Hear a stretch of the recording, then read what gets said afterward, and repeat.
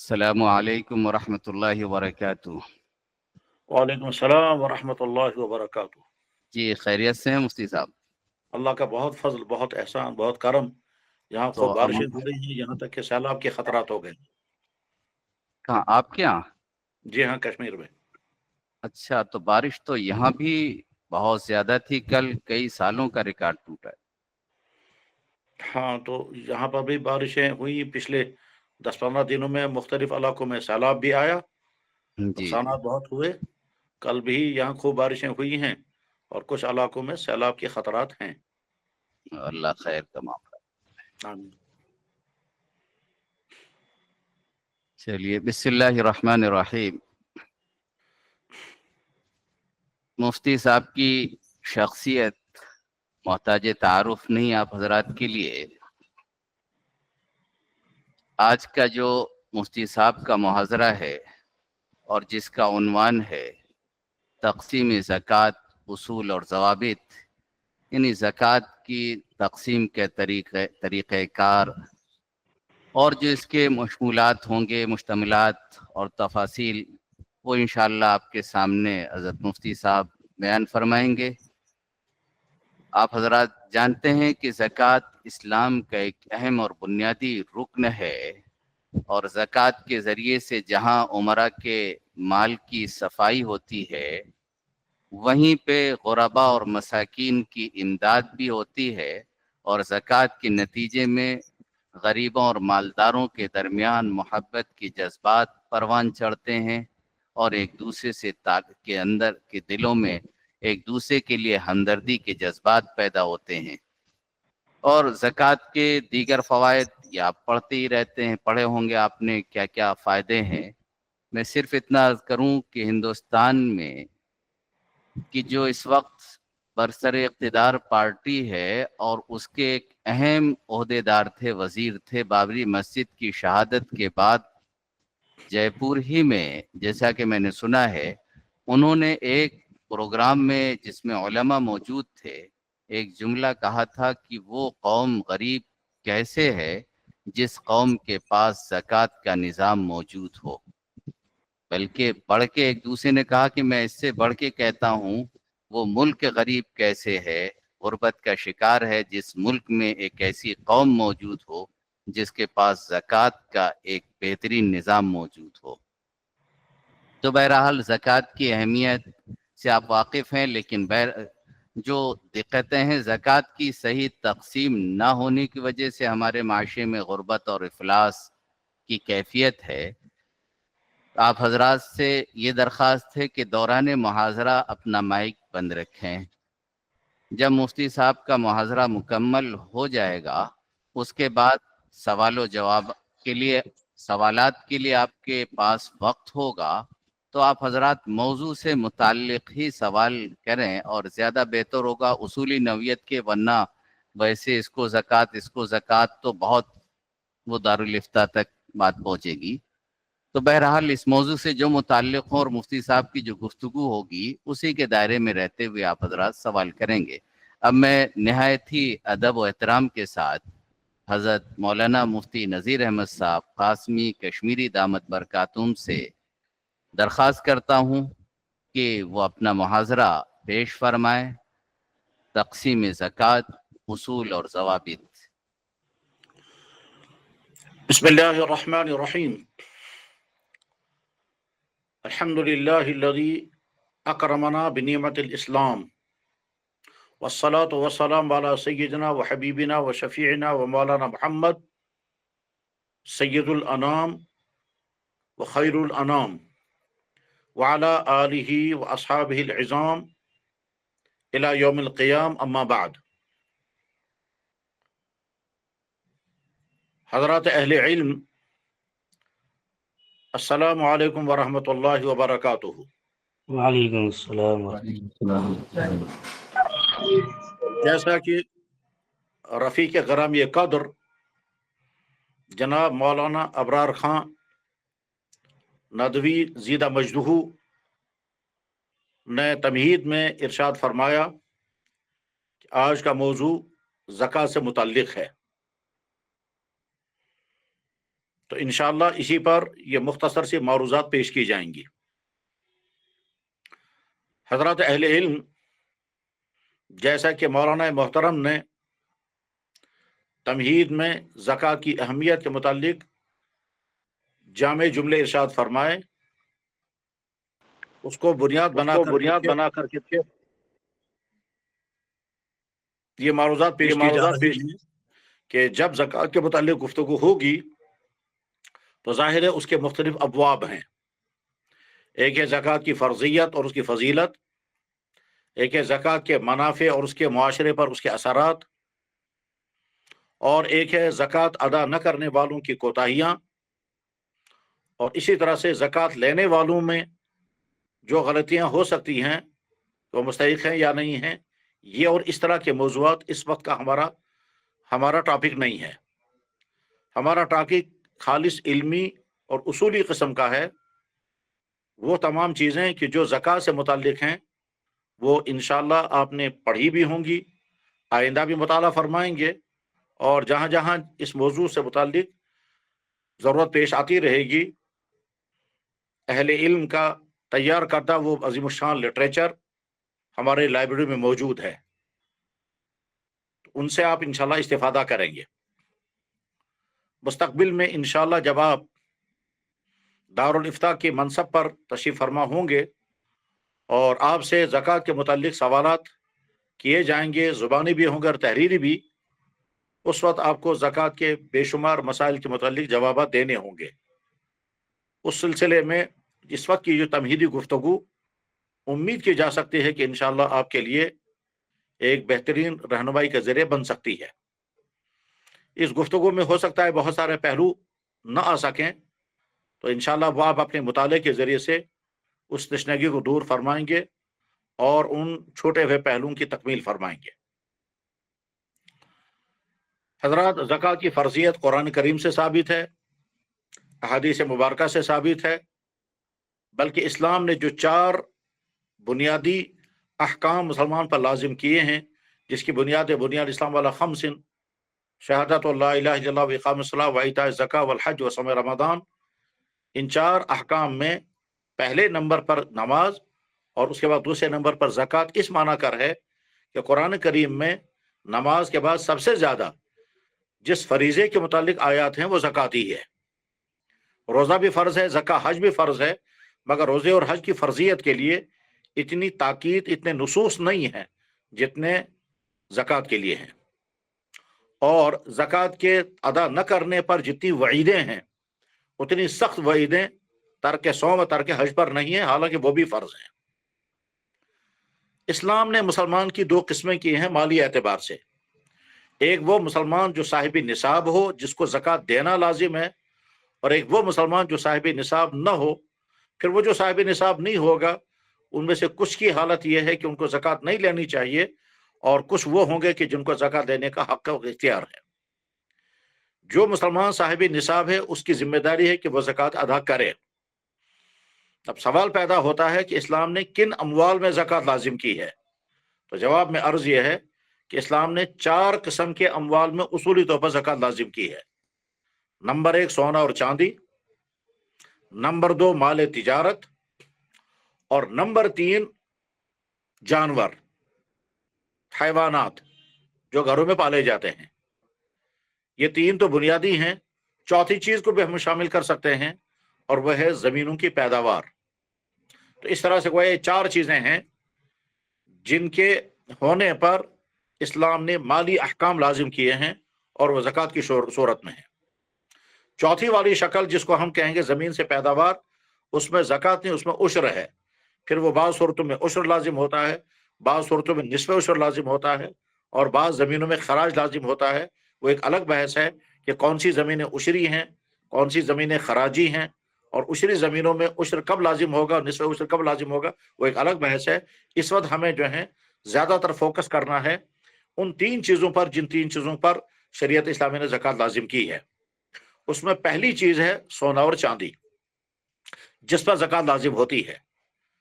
हज़रात, आप जानते हैं कि जनाब रसूल अकरम सल्लल्लाहु अलैहि वसल्लम के मुबारक ज़माने में करेंसी सोने और चांदी की शक्ल में थी। सोने की करेंसी को दीनार कहते थे और चांदी की करेंसी को दिरहम कहते थे। आपने उस जमाने में जब ज़कात का तयन फरमाया तो दिरहम और दीनार ही की शक्ल में फरमाया। चुनाचे सोने की मिकदार मुकर्रर की गई ज़कात लाजिम होने के लिए 20 मिस्काल और चांदी की मिकदार लाजिम की गई 200 दिरहम।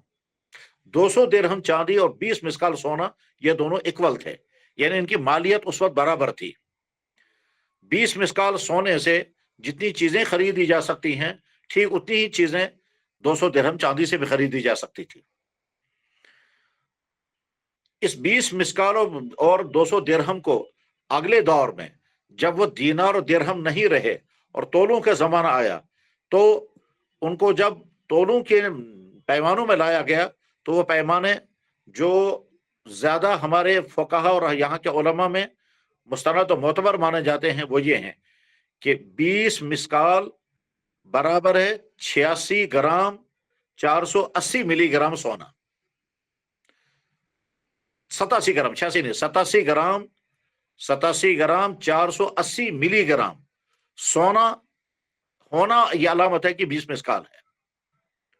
ये आज के जमाने में है ग्रामों के एतबार से, और इससे पहले जब तोले होते थे तो उस वक्त कहा जाता था 7.5 तोला सोना।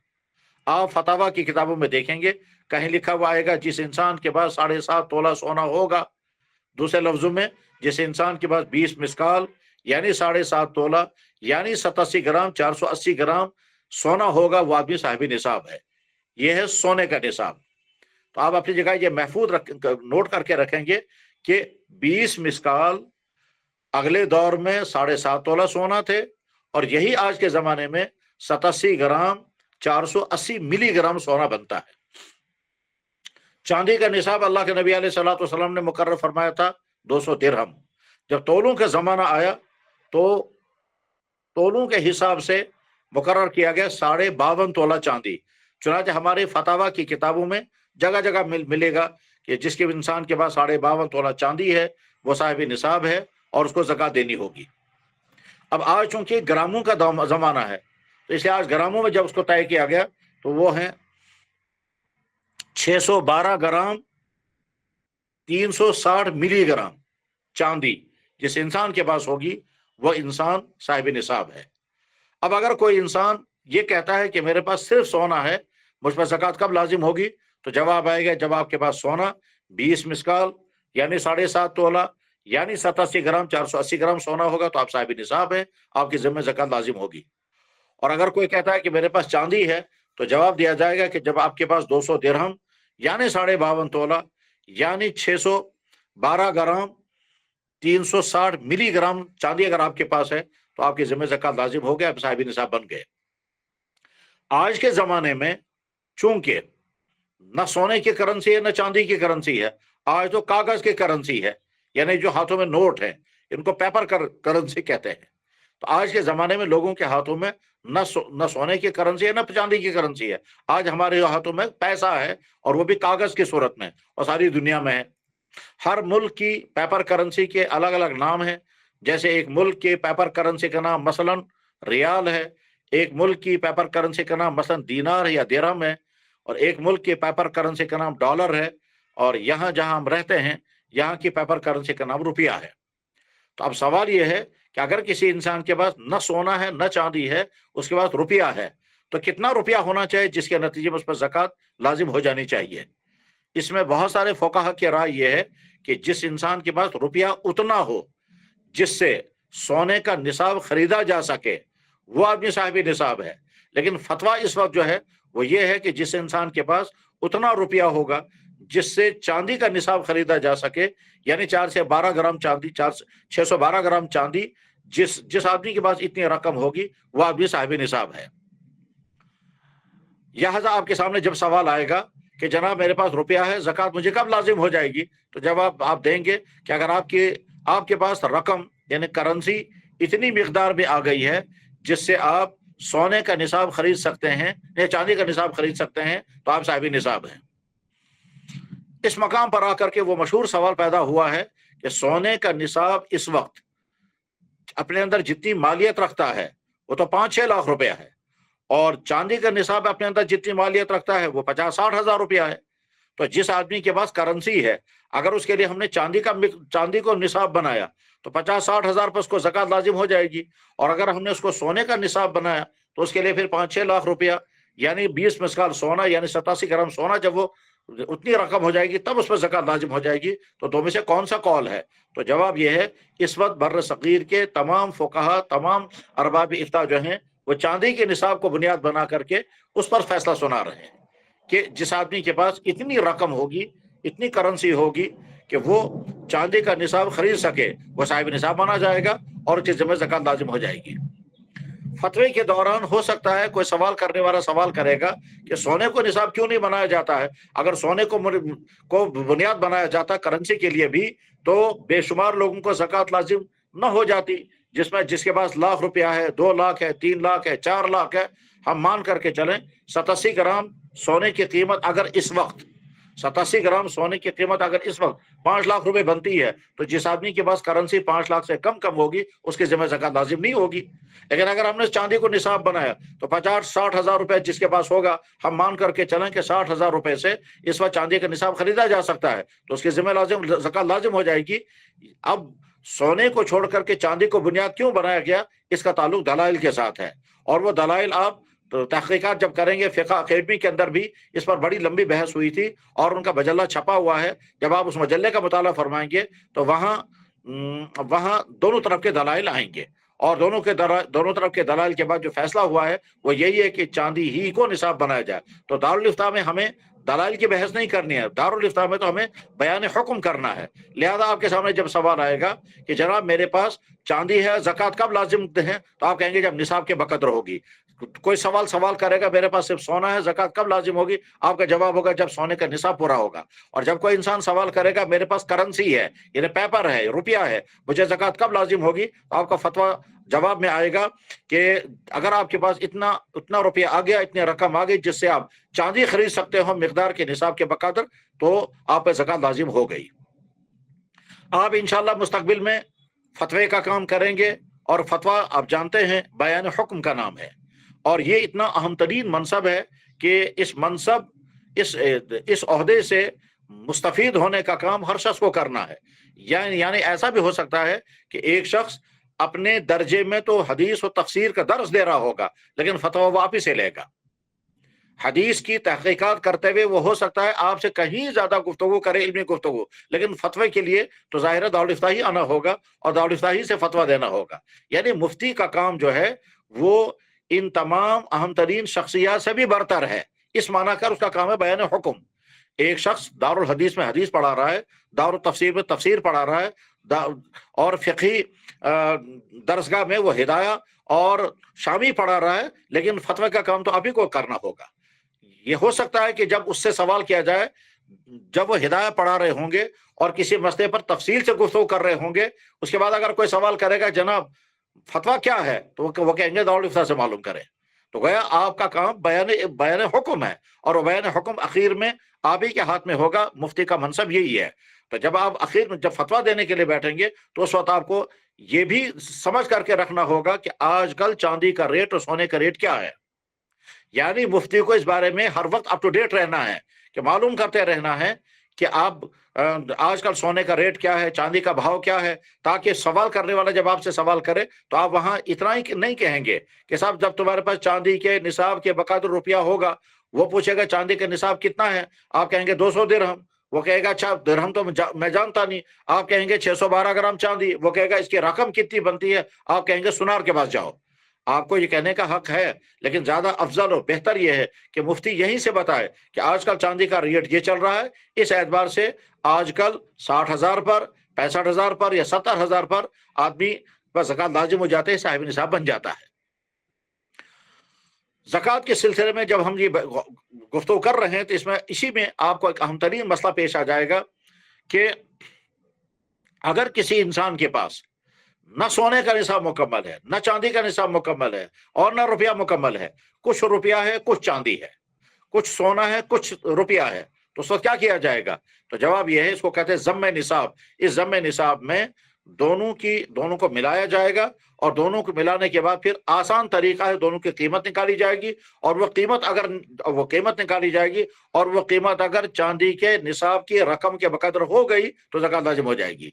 मसलन किसी इंसान के पास 2-3 ग्राम सोना है और इसके साथ ही कुछ चांदी है। चांदी 612 ग्राम नहीं है, सोना जो है वो 87 ग्राम नहीं है, कुछ सोना है कुछ चांदी है। इन दोनों को जब मिलाते हैं तो चांदी का निसाब बराबर हो जाता है, तो इस सूरत में ज़कात लाजिम हो जाएगी। इसी तरह से किसी इंसान के पास कुछ सोना है और कुछ रुपया है, या कुछ चांदी है और कुछ रुपया है, इन दोनों को मिला करके फिर देखेंगे मजबूरी तौर पर अगर वो चांदी के निसाब के बकदर हो जाता है तो ज़कात लाजिम हो जाएगी। जब हम करेंसी पर ज़कात के लाजिम होने की बात करते हैं तो आपके सामने सवालात आएंगे। मसलन एक शख्स ये कहेगा कि जनाब मैं मुलाजिम हूँ, चाहे वह गवर्नमेंट का मुलाजिम, चाहे किसी प्राइवेट इदारे का मुलाजिम, और वहाँ मेरा जीबी फंड बंद है, तो वो जो जीबी फंड मेरा वहाँ है उस जीबी फंड के रकम पर मुझे ज़कात देनी होगी या नहीं? तो जवाब ये है, आप ये कहेंगे कि वो वाला जीबी फंड जो कंपलसरी है, जो लाजमी है, जो आपके इख्तियार में नहीं है, और वो इदारा चाहे गवर्नमेंट का हो चाहे प्राइवेट इदारा हो, वो इदारा लाजमी तौर पर उतना जीबी फंड आपकी तनख्वाह से काटेगा। जैसे मदारिस में भी जीबी फंड होता है, फैक्ट्रियों में भी जीबी फंड होता है, प्राइवेट इदारे उनके यहाँ भी जीबी फंड का सिस्टम है और गवर्नमेंट के इदारों के अंदर भी है, और उसके लिए कानून बना हुआ है कि इतना % तनख्वाह में से इतना फीसद आपको जीबी फंड लाजिमन काटना होगा, और वो जीबी फंड वहां जमा शुदा है आपके इख्तियार आपकी मर्जी के बगैर। ये जो जीबी फंड आपकी रकम वहां जमा है, उस जीबी फंड पर ज़कात है या नहीं? तो जवाब में अर्ज है कि उस जीबी फंड पर ज़कात लाजिम नहीं होगी। क्यों? उस जीबी फंड के हासिल करने का आपको हक तो है, लेकिन आप अभी उसके मालिक नहीं है, और वो दैन ज़ईफ में आता है। दैन ज़ईफ की तफसीलात आप अपनी किताबों में पढ़ेंगे जब आप मुताला करेंगे, लेकिन जीबी फंड का वो पैसा जो हमारा किसी इदारे में बंद है, उस जीबी फंड पर ज़कात लाजिम नहीं होगी, ये फतवा है। और आप आगे चल करके जब आपके सामने सवाल आएगा तो आप कहेंगे वो वाला जीबी फंड जो कंपलसरी है और वहां वो जमा हुआ है और उसमें इजाफा भी वहां हुआ होगा, उस पर ज़कात लाजिम नहीं है। जीबी फंड की दूसरी किस्म वो है उसको कहते हैं ऑप्शनल। ऑप्शनल का मतलब ये है कि आप अपनी मर्जी से मजीद इजाफा कर सकते हैं। अगर किसी मुलाजिम ने, चाहे वो प्राइवेट हो चाहे गवर्नमेंट का मुलाजिम हो, अगर किसी मुलाजिम ने जीबी फंड में मजीद रकम दाखिल की है, मसलन गवर्नमेंट का कानून था 8% या 10%, और इसने अपनी मर्जी से 20% तनख्वाह कटवाई, ये जो जायद रकम उसने अपनी तरफ से तो गाय इसने तसर्रुफ किया, और इस तसर्रुफ के नतीजे में वहां जमा होने वाला जो जीबी फंड है, इस रकम पे ज़कात लाजिम होगी, क्योंकि ये आपके तसर्रुफ से वहां चली गई है। फतवा की किताबों में यही लिखा हुआ है।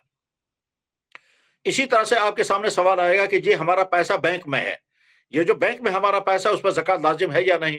तो जवाब ये कि हाँ, बैंक के पास हमारा पैसा जो है वो कर्ज में शुमार होता है, कर्ज में शुमार होता है। इस पर लंबी बहसें हैं कि बैंक के पास हमारा पैसा जो है ये वदियत है या कर्ज है। बाज़ एतबार से लगता है कि हमारा ये पैसा जो है वो वदियत है यानी अमानत है, और बाद एतबार से लगता है नहीं कि हमारा ये पैसा जो है वो कर्ज है।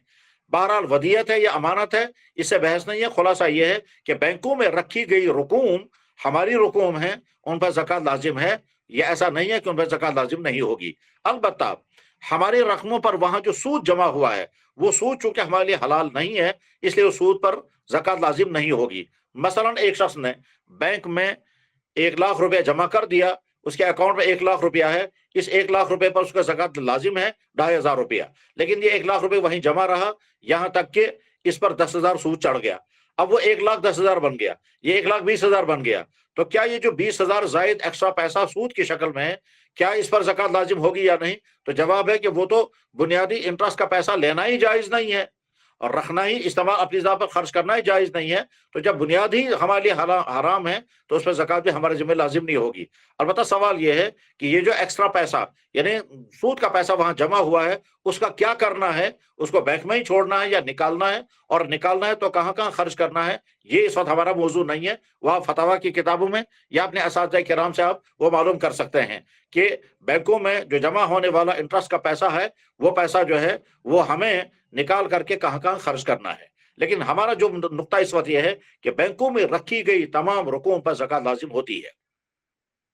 आपके सामने सवाल आएगा कि जी हमने इंश्योरेंस पॉलिसी की है, वो इंश्योरेंस जो है वो किस्म किस्म के इंश्योरेंस है, लाइफ इंश्योरेंस है, प्रॉपर्टी इंश्योरेंस है, इसी तरह से तामीरुल मसूलियत है जिसको कहते हैं थर्ड पार्टी इंश्योरेंस, इसी तरह से आज के ज़माने में हेल्थ इंश्योरेंस भी है। गरज है कि मुख्तलिफ किस्म के इंश्योरेंस हैं।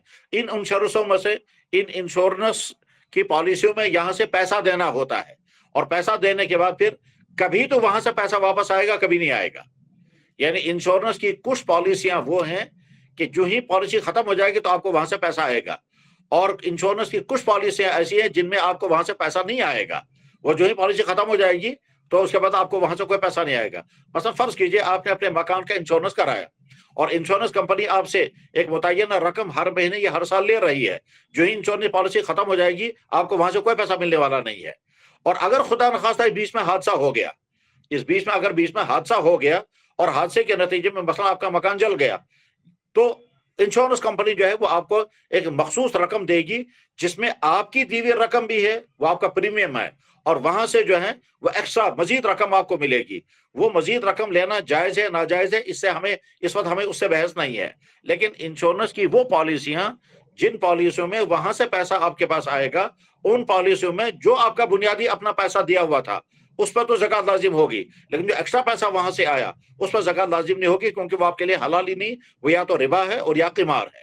اور انشورنس کی جن شکلوں میں آپ کو پیسہ وہاں سے آنے والا نہیں ہے، ان شکلوں میں زکوٰۃ آپ کے ذمہ زکوٰۃ پہ لازم نہیں ہے، کیونکہ آپ رقمیں دے رہے ہیں، وہاں سے واپس آنے والا کچھ نہیں ہے۔ جن پالیسیوں میں رقم وہاں سے واپس آئے گی، اور کم آئے یا زیادہ آئے، مکمل آئے یا ایکسٹرا، جتنی رقم آپ نے یہاں سے دی اتنی رقم جب واپس آئے گی تو صرف اسی سال کی زکوٰۃ آپ کے ذمہ لازم ہوگی، اس سے زیادہ کی نہیں۔ رقموں کی زکوٰۃ کے سلسلے میں یہ بھی سوال آئے گا، مثلا ایک خاتون سوال کرتی ہے کہ میرا مہر میرے شوہر کے ذمہ بقایا اور اس نے ابھی ادا نہیں کیا، کیا اس مہر کی مجھے زکوٰۃ ادا کرنی ہوگی؟ تو جواب آئے گا کہ نہیں، اس مہر کی زکوٰۃ آپ کے ذمہ لازم نہیں ہے، کیونکہ وہ دین ضعیف میں آتا ہے اور دین قوی میں نہیں آتا، لہذا جب وہ وصول ہی نہیں ہوا تو اس کی زکوٰۃ بھی آپ کے ذمہ لازم نہیں ہوگی۔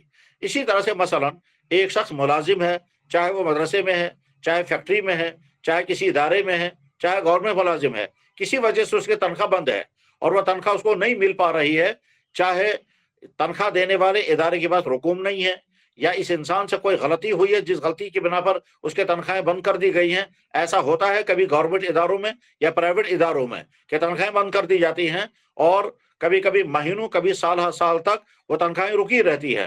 وہ جو رقم جمع شدہ رقم وہاں ہے، کیا اس کے ذمے ان رقموں کی ہمارے ذمہ زکوٰۃ لازم ہوگی یا نہیں؟ تو جواب ہے کہ نہیں، ان رقموں کی زکوٰۃ ہمارے ذمہ نہیں ہے، اس لیے کہ ان رقموں کے حاصل کرنے کا ہمیں حق تو ہے، لیکن وہ رقم ابھی ہمارے اختیار، ہمارے قبضے میں نہیں آئی ہے۔ یہ ایسا ہی ہے جیسے بیوی کا مہر، عورت کا مہر ابھی شوہر کے ذمہ باقی، وہ ابھی ادا نہیں ہوا۔ اور اسی طرح سے کسی ادارے کسی فیکٹری کے پاس اگر ہماری رقمیں تنخواہ کی صورت میں بند کر دی گئی ہیں، بند ہو گئی ہیں، ادا نہیں ہو پائی ہیں، چاہے ان کے پاس کساد بازاری ہے یا کوئی اور وجہ ہے، تو ان رقموں کی زکوٰۃ ہمارے ذمہ لازم نہیں ہے تب تک جب تک وہ ادا نہیں۔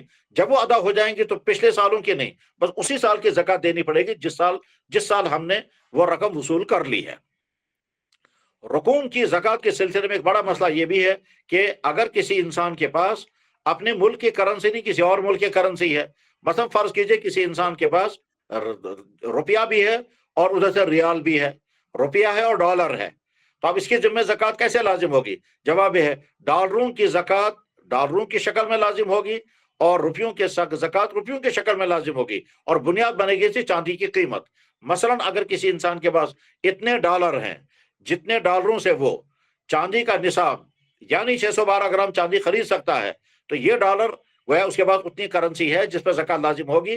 اب ڈالروں سے جب زکوٰۃ نکالے گا تو ڈالروں کے ذریعے سے نکالے گا، اور اگر روپیہ ہے تو، اور اگر کسی کے پاس کچھ ڈالر ہیں کچھ روپیہ ہے، تو ان دونوں کے متعلق کیا حکم ہے؟ جواب ہے کہ اسی طرح سے ضم نصاب کا حکم ہے، یعنی کچھ ڈالر، کچھ ریال، کچھ روپیہ، ان تینوں کو ملا کر کے مجموعہ نکالیں گے، اور وہ مجموعہ اگر اتنی رقم بنتا ہے جس رقم پر زکوٰۃ لازم ہوتی ہے تو زکوٰۃ دینی پڑے گی۔ زکوٰۃ جن اموال پر لازم ہوتی ہے ان اموال میں سے پہلی والی قسم ہے سونا اور چاندی اور کرنسی۔ سونا اور چاندی کے سلسلے میں آپ کے سامنے سوالات آئیں گے۔ سونا اور چاندی جو ہے کبھی تو سونا اور چاندی جو ہے وہ 3-4 شکلوں میں رہتا ہے۔ ایک شکل یہ ہے کہ سونا ہے پاؤنڈ کی شکل میں، دینار کی شکل میں، درہم کی شکل میں۔ آج ہماری مارکیٹوں میں سونا جو ہے وہ بسکٹ کی شکل میں ہوتا ہے یا پاؤنڈ کی شکل میں ہوتا ہے۔ ہو سکتا ہے آپ میں سے کسی نے ابھی پاؤنڈ نہ دیکھا ہو، آپ مان کر کے چلے جیسے آپ کے ہاتھوں میں 5 روپے کا سکہ ہوتا ہے گول، इसी तरह से पौंड भी होता है, तकरीबन इतना ही बड़ा होता है कम और बेश वजन के एतबार से। या जैसे आपने कभी अठन्नी देखी होगी, या 1 रुपया जो लोहे का रुपया होता है, बस इसी तरह का पौंड भी होता है, और इसी तरह का दीनार। तो सोना तो कभी होगा खाली शक्ल में, और कभी होगा ये सोना जेवरात की शक्ल में। फिर जेवरात जो हैं वो जेवरात में कभी सिल्वर मिला हुआ होता है, कभी तांबा मिला हुआ होता है, और कभी उसमें पीतल मिला हुआ होता है। क्योंकि सोना अपनी असल हालत में अगर होगा, ये तब तक जम नहीं पाएगा जब तक उसमें कोई और धात शामिल न की जाए। कोई और धात शामिल होने के बाद ही वो सॉलिड बनता है। तो अब अगर सोने में तांबा मिलाया गया है, पीतल मिलाया गया है, या कोई और धात मिलाई गई है, तो वहां देखा जाएगा कि इसमें गालिब मिकदार क्या है। अगर गालिब मिकदार सोने की है, बहुत थोड़ी मिकदार का तांबा है, बहुत थोड़ी मिकदार का सोना है, तो सोने के हुक्म में है। और यही हुक्म जेवरात का भी है कि जेवरात अगर किसी इंसान के पास हो, और होते हैं औरतों के पास, तो जेवरात के जेवर बनाने के लिए जरूरी है कि दूसरी धातें उसमें इस्तेमाल की जाए। और वो धातें हैं, कुछ इलाकों में पीतल इस्तेमाल किया जाता है सोने के जेवर बनाने के लिए, यानी पीतल की मिलावट के बाद जेवर बनता है। और कुछ इलाकों में जो है वो तांबा इस्तेमाल किया जाता है तैयार करने के लिए। तो इस सूरत में गालिब अक्सरियत का एतबार होगा। अगर सोना और पीतल मिला हुआ है, मिक्स है, तो फिर सोना की मिकदार अगर गालिब है तो फिर वो सोना माना जाएगा, और अगर तांबे की मिकदार गालिब है तो तांबा माना जाएगा। और अगर चांदी मिलाई हुई है, तो अगर सोने की मिकदार जायद है, चांदी की मिकदार कम है, या पीतल की मिकदार कम है, तो फिर वो सोना माना जाएगा। बाज़ी जेवरात ऐसे होते हैं कि उसमें सोना अलग होगा और चांदी अलग होगी।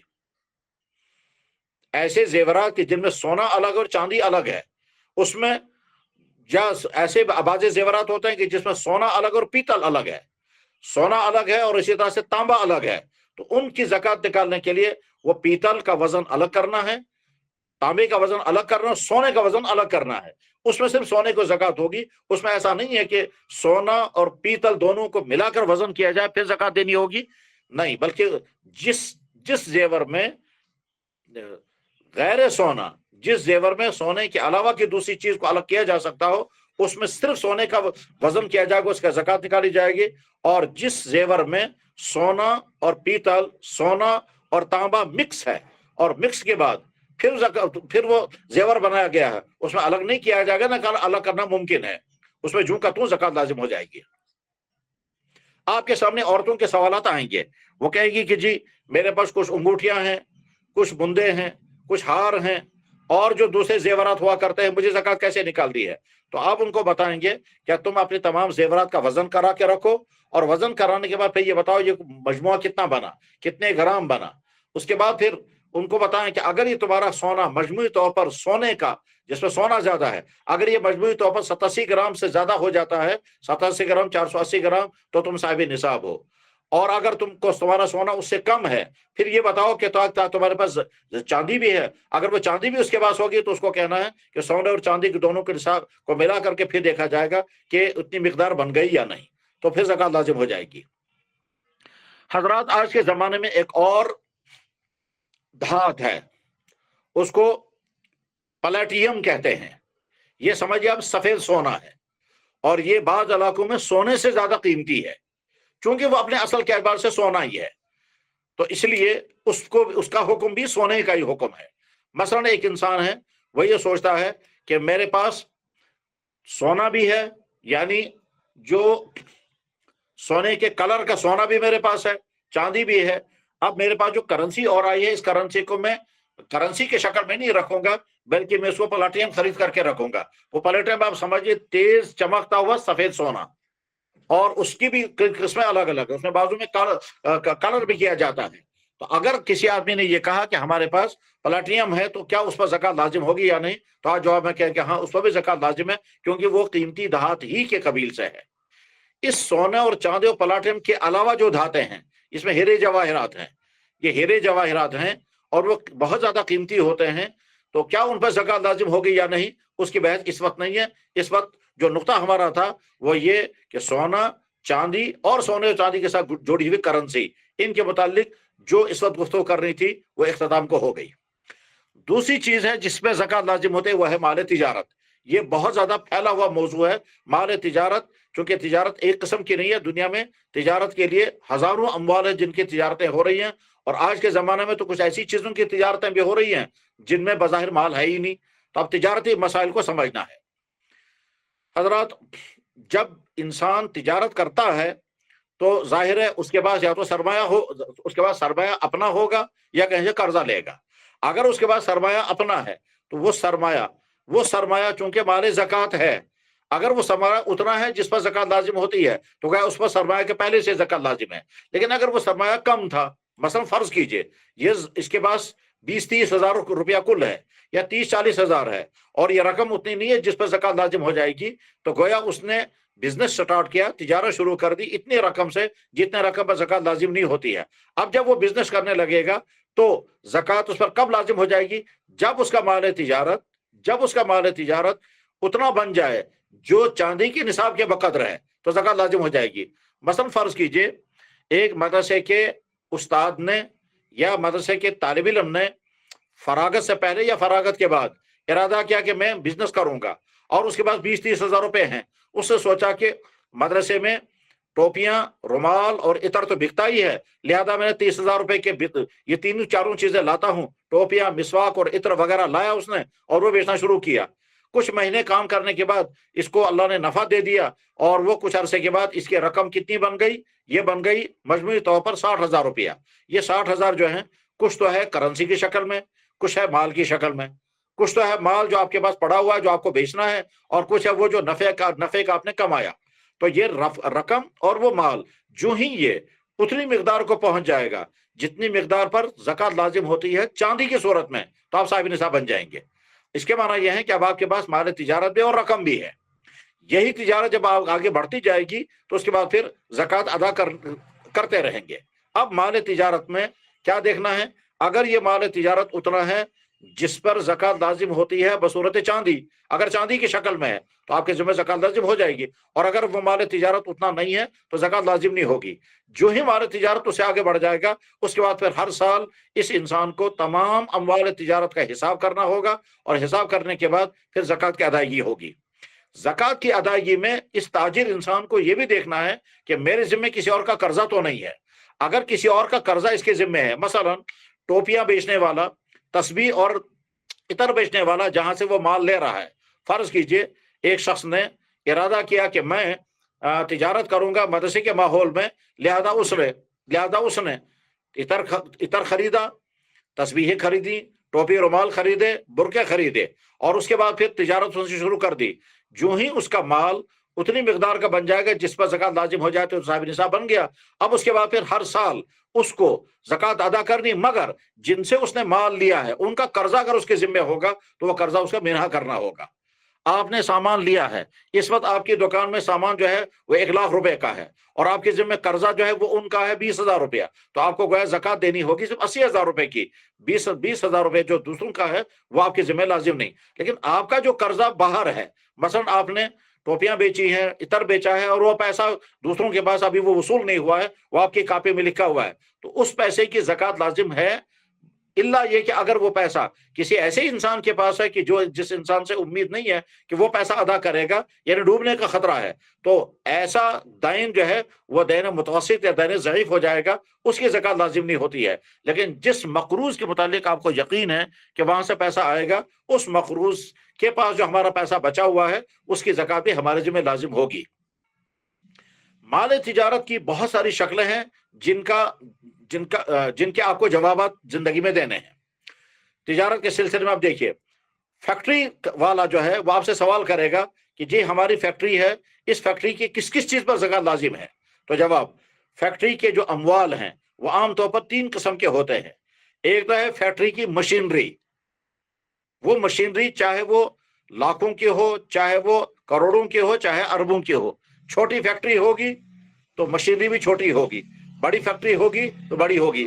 مثلا سیمنٹ بنانے والی فیکٹری ہے، اس کی مشینیں جو ہیں وہ تو کروڑوں روپے کی ہیں، یا قالین بنانے والی فیکٹری جو ہے، یا اسی طرح سے مثلا فریج بنانے والی فیکٹری ہے، تو ظاہر ہے یہ والی فیکٹریاں جو ہیں یہ تو کروڑوں اربوں کی ہوں گی۔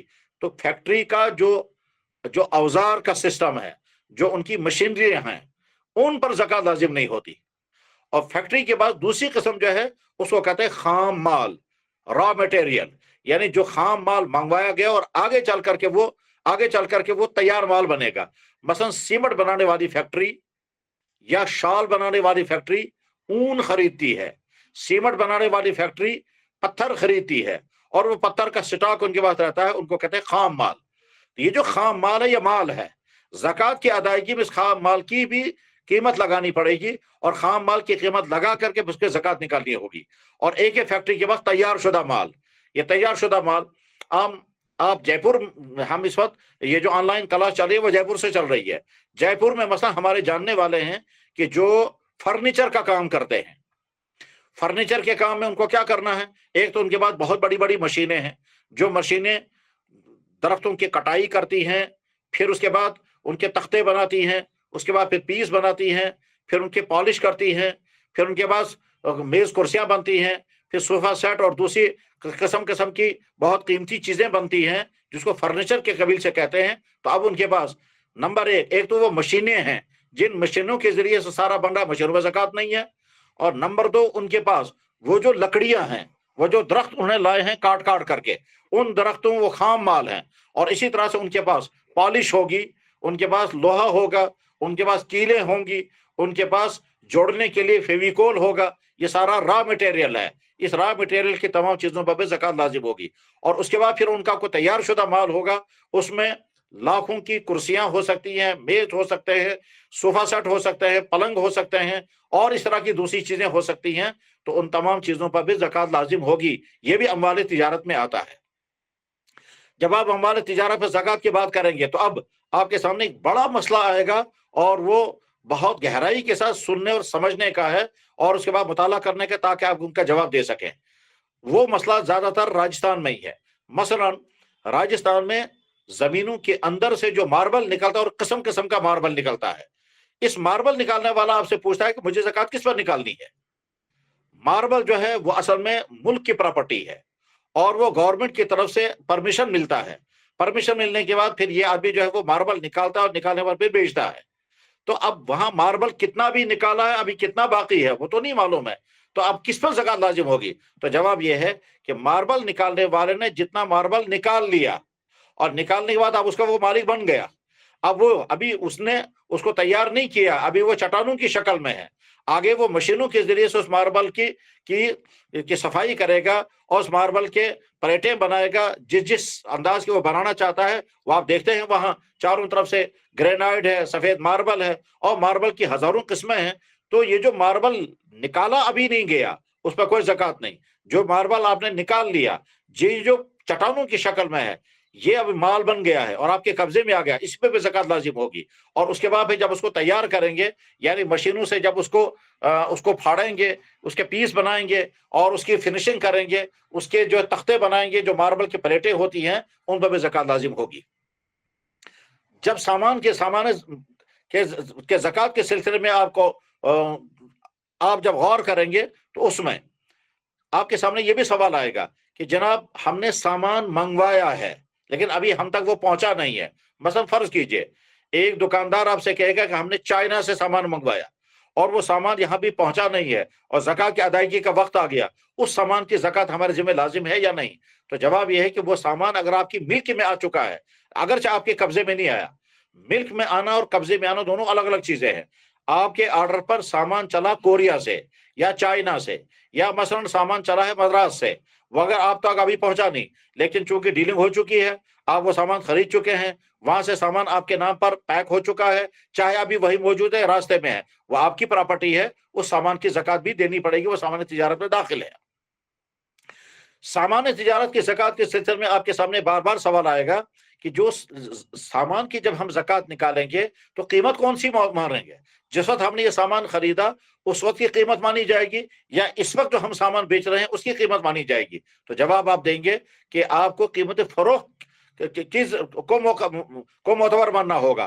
कीमत फरोख्त की बुनियाद पर आपको ज़कात लाजिम होगी, कीमत खरीद की बुनियाद पर नहीं। मसलन एक शख्स ने घड़ियों का कारोबार शुरू किया, अब उसने घड़ियां खरीदी या टोपियां, आसान मिसाल हमारे लिए टोपियां रहेगी, टोपियां और तस्बीहें हमने बेचने का काम शुरू किया, तो हमने टोपियों का एक बंडल खरीदा یہ بنڈل ہم کو مل گیا 500 روپے کا، اور آگے اب ہم اس کو بیچتے ہیں ایک ایک ٹوپی کر کے، ایک ٹوپی ہم بیچتے ہیں 50 روپے کی، تو یہ پورا بنڈل جو ہے وہ کتنے کا بکے گا؟ جس وقت ہم نے ٹوپی خریدی، ایک ٹوپی ہم نے خریدی 10 یا 20 روپے کی، اور آج جب ہم اس کو بیچتے ہیں 30 سے 40 روپے کی بیچتے ہیں، ہمارے پر دکان پہ جو سامان ہے، چاہے وہ ٹوپی ہے، تسبیح ہے، یا بڑا مال ہے کوئی، یا بڑے بڑے کمبل ہیں، یا چیزیں ہیں، یا فریج ہے، یا واشنگ مشینیں ہیں، قیمت خرید کچھ اور ہے، قیمت فروخت کچھ اور ہے۔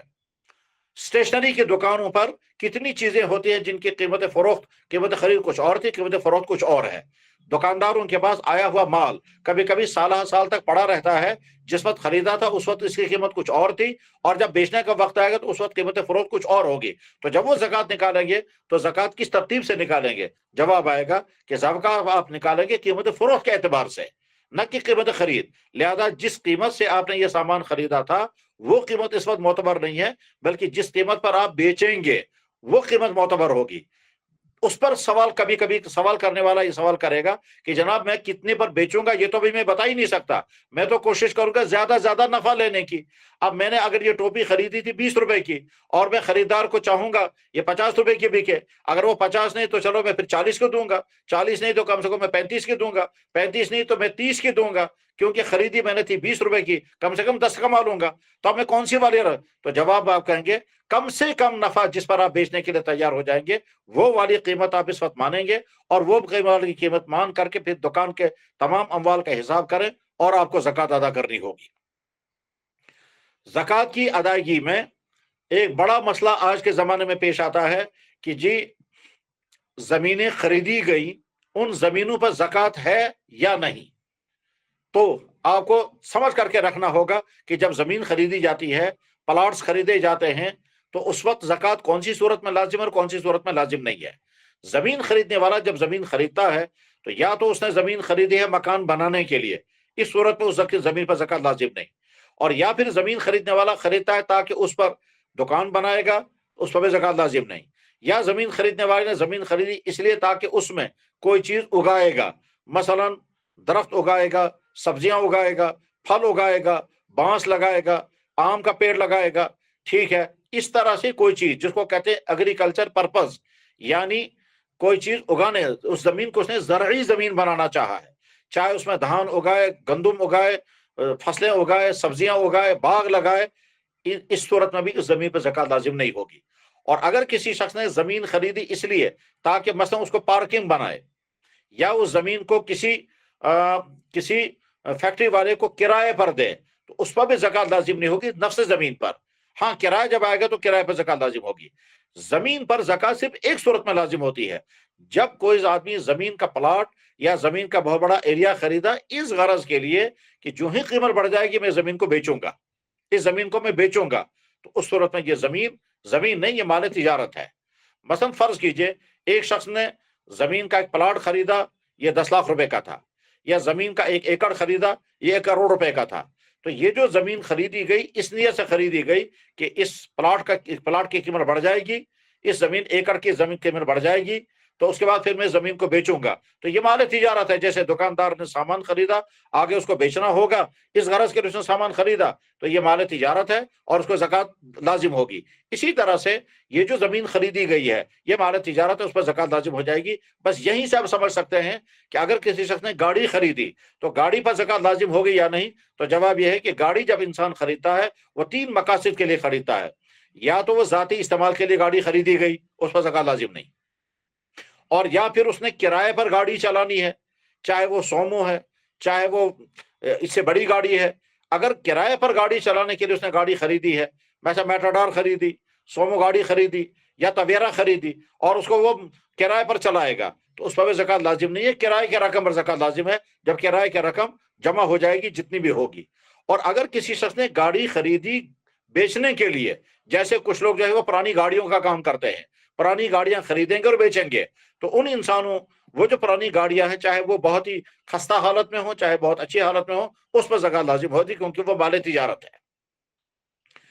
اموال تجارت کے زکوٰۃ کے سلسلے میں، اموال تجارت کے زکوٰۃ کے سلسلے میں یہ بھی سوال آئے گا کہ جناب ہم نے فلانا مال خریدا ہے لیکن مال ابھی ہمارے قبضے میں نہیں آیا، ہم نے اس کی ایڈوانس بکنگ کی ہے اور اتنا پیسہ دے دیا ہے، وہ پیسہ ہم وہاں دے چکے ہیں، مال ابھی آیا نہیں۔ مثلا فرض کیجئے آپ نے کوئی چیز خریدی، خریدنے والے نے کوئی چیز خریدی، یہ ہے 5 لاکھ روپے کی، اور ابھی وہ چیز اس کے قبضے میں نہیں آئی، 1 لاکھ روپے یہ دے چکا ہے، اور آگے چل کر کے وہ چیز آئے گی، اس کو مزید رقم دینی ہوگی، تو یہ جو 1 لاکھ روپے یہ دے چکا ہے اس کے زکوٰۃ اس کے ذمہ لازم ہوگی؟ جواب ہے نہیں، اس کی زکوٰۃ اس کے ذمہ لازم نہیں ہوگی، کیونکہ وہ رقم اس کی ہے ہی نہیں، وہ تو اس شخص کی ہے جس نے کوئی چیز بیچی ہے، اور مزید اس کے ذمہ جو قرضہ ہے وہ قرضہ اس کو منہا کرنا ہوگا، کیونکہ یہاں سے اس کو قرضہ ادا کرنا ہے اور وہاں سے پھر وہ چیز اس کے پاس آئے گی۔ تو بہرحال وہ جو ایڈوانس پہ پیسہ گیا ہوا ہے اس ایڈوانس گئے ہوئے پیسے پر زکوٰۃ لازم نہیں ہوتی ہے۔ زکوٰۃ کے سلسلے میں زکوٰۃ رقوم اور اموال تجارت کے سلسلے میں ایک مسئلہ آپ کے سامنے یہ بھی آئے گا۔ مثلا جانوروں کا کام شروع کیا، اب وہ اس نے رقم جو اس کے پاس مہیا ہے اس سے وہ جانور خریدے گا اور آگے بیچے گا، تو جو ہی انسان نے جانور خریدنے شروع کیے تب سوال یہ ہے کہ جانوروں پر زکوٰۃ جانوروں کے اعتبار سے ہوگی یا جانوروں زکوٰۃ جو ہے وہ مال کے اعتبار سے ہوگی؟ یعنی مثلا فرض کیجئے ایک شخص نے گائے خریدی اور یہ گائے اس کو آگے بیچنی ہے، خود نہیں رکھنی ہے، یا ایک شخص نے بکریاں خریدی اور آگے اور بکریاں اس کو آگے بیچنی ہیں۔ بکریاں، گائے، اونٹ یہ خریدے اور بیچنے کے لیے خریدے، گھر میں رکھنے کے لیے نہیں خریدے، تو کیا ان پر زکوٰۃ لازم ہوگی؟ اگر یہ مال تجارت مانا جائے تو اس وقت ان بکریوں پر زکوٰۃ لازم ہو جائے گی، چاہے وہ 2-4 بکریاں کیوں نہ ہو، اور اگر وہ ہم ان کو جانور مانیں گے تو تب تک زکوٰۃ لازم نہیں جب تک 40 بکریاں نہ ہو۔ آپ جانتے ہیں کہ اونٹوں کا نصاب کیا ہے کہ 5 اونٹوں پر 1 بکری، 10 اونٹوں پر 2 بکریاں، 15 اونٹوں پر 3 بکریاں، 20 اونٹوں پر 4 بکریاں، اور 25 اونٹوں پر ایک چھوٹا اونٹ کا بچہ یکسالہ۔ اب اگر کسی نے اونٹ خریدا بیچنے کے لیے، گائے خریدی بیچنے کے لیے، بکریاں خریدی بیچنے کے لیے، جیسے بہت سارے لوگ آج کے زمانے میں شیپ ہسبنڈری کا کام کرتے ہیں، راجستھان میں بے شمار لوگ ہیں جو بکریاں پالتے ہیں بیچنے کے لیے، تو اب سوال یہ ہے کہ وہ ان بکریوں پر زکوٰۃ مال تجارت کے اعتبار سے لازم ہوگی یا جانوروں کے اعتبار سے لازم ہوگی؟ تو جواب، اگر کوئی انسان جانور خود اپنے گھر میں ان کی تولید کا کام نہیں کرتا، جانور خریدتا اور بیچتا ہے تو یہ مال تجارت ہے، اس میں چاہے 2 بکریاں ہوں، چاہے 10 بکریاں ہوں، چاہے 20 بکریاں ہوں۔ لیکن اگر کوئی انسان بکریوں والا ہی ہے، اس کا کام ہی ہے بکریاں پالنا، ان کا دودھ نکالنا، ان کی نسل بڑھانا، اور یہ نسل بڑھا کر کے پھر کچھ بکریوں کو بیچتا ہے، کچھ بکریوں کی نسل چلتی رہتی ہے، یہ شخص اب یہ گڈریا مانا جائے گا، یہ بکریاں پالنے والا مانا جائے گا، اس کو زکوٰۃ لازم ہوگی۔ یعنی گویا اس کا اصل مقصد بکریوں کی افزائش ہے، اس کا اصل مقصد بزنس نہیں ہے، اس افزائش میں جو بکریاں زائد ہو جاتی ہیں وہ بیچتا رہتا ہے، اور باقی اصل کام اس کا جو ہے وہ بکریاں پالنا ہے، نہ کہ بزنس کرنا۔ ایک انسان جانوروں کا بزنس کرتا ہے، خریدتا اور بیچتا ہے، اور دوسرا جیسے مثلا گوشت کا کام کرنے والے جب گوشت کا کام کریں گے، مثلا بھیڑ بکریوں کا، تو بھیڑ بکریوں کا گوشت بیچنے والے ان لوگوں سے بھیڑ بکریاں خریدیں گے جو لوگ بھیڑ بکریاں خریدتے اور ان کو بیچتے ہیں، کسائیوں کو بیچتے ہیں۔ مثلا فرض کیجئے ہمارے یہاں کشمیر میں بے شمار لوگ وہ ہیں جو راجستھان اور اس طرح کے دوسرے علاقوں سے بھیڑ بکریاں خریدیں گے اور یہاں کشمیر میں لا کر بیچیں گے، اور کشمیر میں بیچیں گے وہ کسائیوں کو۔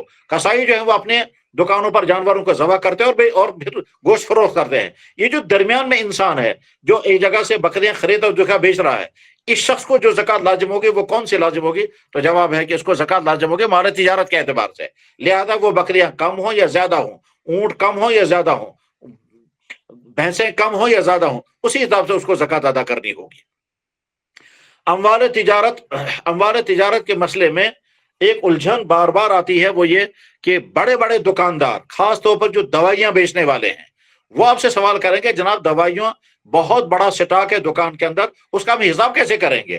مثلا ایک ڈبے میں 100 ٹیبلٹس تھیں، 100 گولیاں تھیں دوائی کی، ایک ڈبے کے اندر 50 کیپسول تھے، ان میں سے کچھ کیپسول بک چکے ہیں، کچھ باقی ہیں، تو ہم کیسے حساب کریں گے؟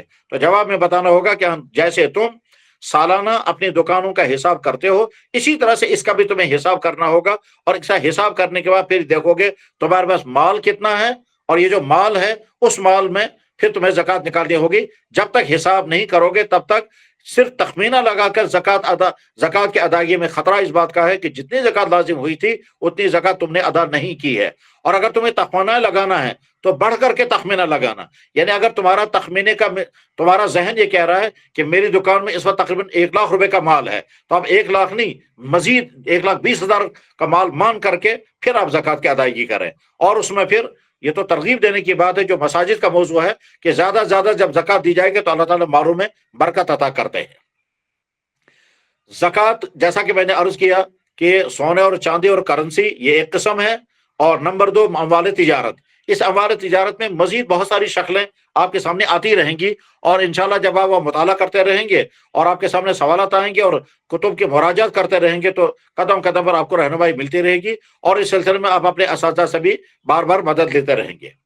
زکوٰۃ لازم ہونے کی اموال میں سے تیسری قسم ہے جانور، اور جانور آپ جانتے ہی ہیں کہ جانور ہیں 3 قسم کے، بلکہ 4 قسم کے۔ نمبر 1 بھیڑ بکریاں، نمبر 2 گائے بیل بھینس، اور نمبر 3 اونٹ، نمبر 4 گھوڑے اور گدھے۔ بھیڑ بکریوں کی زکوٰۃ کا نصاب آپ کو کتب فقہ میں ملے گا۔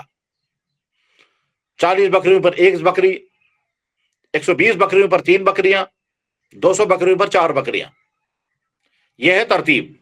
40 بکریوں پر 1 بکری، 120 بکریوں پر 2 بکریاں، اور جب 200 ہو جائیں گی، 200 سے اوپر، تو پھر 3 بکریاں زکوٰۃ لازم ہوتی ہیں، پھر ہر 100 پر 1 بکری لازم ہوتی رہے گی۔ اب جانوروں کے نصاب کی بنیاد پر آپ کے سامنے قسم قسم کے سوالات آئیں گے۔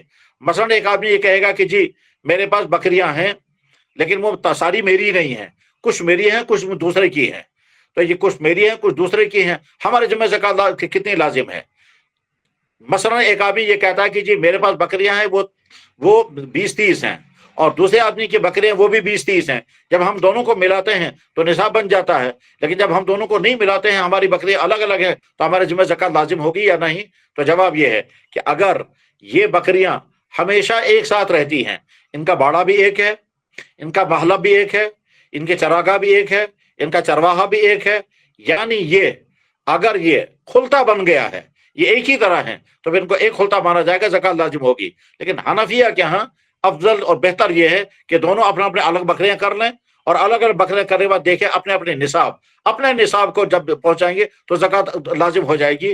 عام طور پر ہمارے علاقوں میں خلطہ کاملہ نہیں بن پاتا ہے، ہر آدمی جو ہے وہ اپنی بکریاں چرواہے کے حوالے کر دیں گے، وہ بکریاں چرا کر شام کو لائے گا اور اپنے مالکوں کے حوالے کر دے گا۔ جس کی 20 بکریاں وہ اس کے حوالے ہو گئی، جس کی 40 ہیں وہ اس کے حوالے ہو گئی، جس کے 3 بکرے وہ اس کے حوالے ہو گئی۔ یا مثلا گایوں کو پالنے والا جو گوالا ہے وہ محلے کی ساری گائیں لے کر کے جاتا ہے، کسی کی 2 گائیں، کسی کی 3 گائیں، کسی کی 1 گائے، تو گائیں اپنی الگ الگ ہے۔ اچھا، بکریوں کا معاملہ جو ہے وہ ہو سکتا ہے کوئی نصاب کو پہنچ جائے، جس انسان کی بکریاں 40 ہوں گی اس کے ذمہ زکوٰۃ لازم ہو جائے گی، اور وہ 40 بکریوں پر 1 بکری، جیسا کہ آپ کو معلوم ہے۔ گایوں اور بیلوں اور بھینسوں کے سلسلے میں طے ہے کہ جب 30 گائیں ہوگی تب زکوٰۃ لازم ہوگی، اس سے کم ہوگی تو زکوٰۃ لازم نہیں ہوتی ہے۔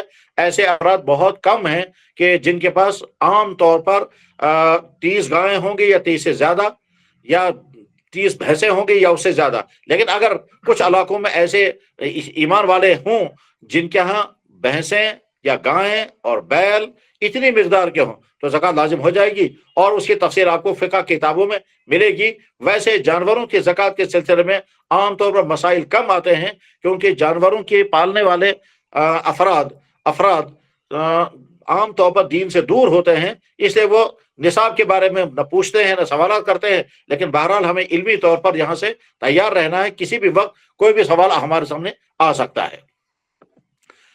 زکوٰۃ کی ادائیگی جن اموال میں لازم ہے وہ یہ اموال میں نے عرض کر دی ہے، وہ 3 قسم کے اموال آئے، اور چوتھی قسم ہے زمین سے پیداوار۔ آپ جانتے ہیں کہ زمین سے جو پیداوار ہیں وہ پیداوار مختلف قسم کی ہیں، ان میں سے ایک پیداوار تو وہ ہے جو مقصود نہیں ہے، وہ خود بخود اگتی رہتی ہے، یعنی جھاڑ، جنکاڑ، گھاس وغیرہ جو خود بخود اگتا ہے، اس پر کوئی شریعت کا ہم میں حق نہیں ہے۔ لیکن زمین سے اگر کوئی چیز اگائی جا رہی ہے، وہ اگائی جانے والی چیزیں جو ہیں وہ مختلف قسم کی ہیں۔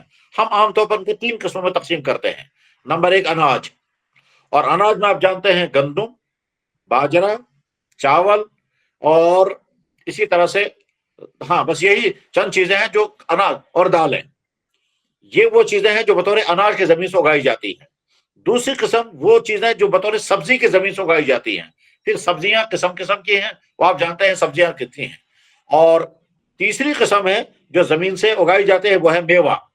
अब आम, सेब, अखरोट, इसी तरह से आड़ू बुखारे और संतरे, केले वगैरह, ये तमाम वो फवाके हैं, मेवे हैं जो जमीन से उगाए जाते हैं। और चौथी चीज एक और है जो जमीन से उगाई जाती है, वो ये है मसलन किसी ने अपने जमीन में बांस लगाए ताकि आगे चलकर बांस बड़े हो जाएंगे तो बेचेंगे। किसी ने अपनी जमीन में वो दरख्त लगाए जो दरख्त वो वाली लकड़ी देते हैं जो लकड़ी आगे तामीरात में काम आती है, तामीराती लकड़ी, उसको टिम्बर कहते हैं, तामीराती लकड़ी। कुछ इलाकों में लोग क्या करते हैं, वही वाले दरख्त जमीन में लगाएंगे, जो दरख्त बड़े हो जाएंगे बाद में काट करके उनको बेचेंगे, और बेचने के बाद फिर वो जैसे शीशम का दरख्त, तो शीशम की लकड़ी आपके इलाके में आबनूस का दरख्त, सागवान का दरख्त, और कश्मीर में यहाँ चीड़ का दरख्त, देवदार का दरख्त, और इस दरख्त जो फल तो नहीं देते लेकिन उन दरख्तों की लकड़ियां जो हैं वो तामीर के काम में आती हैं।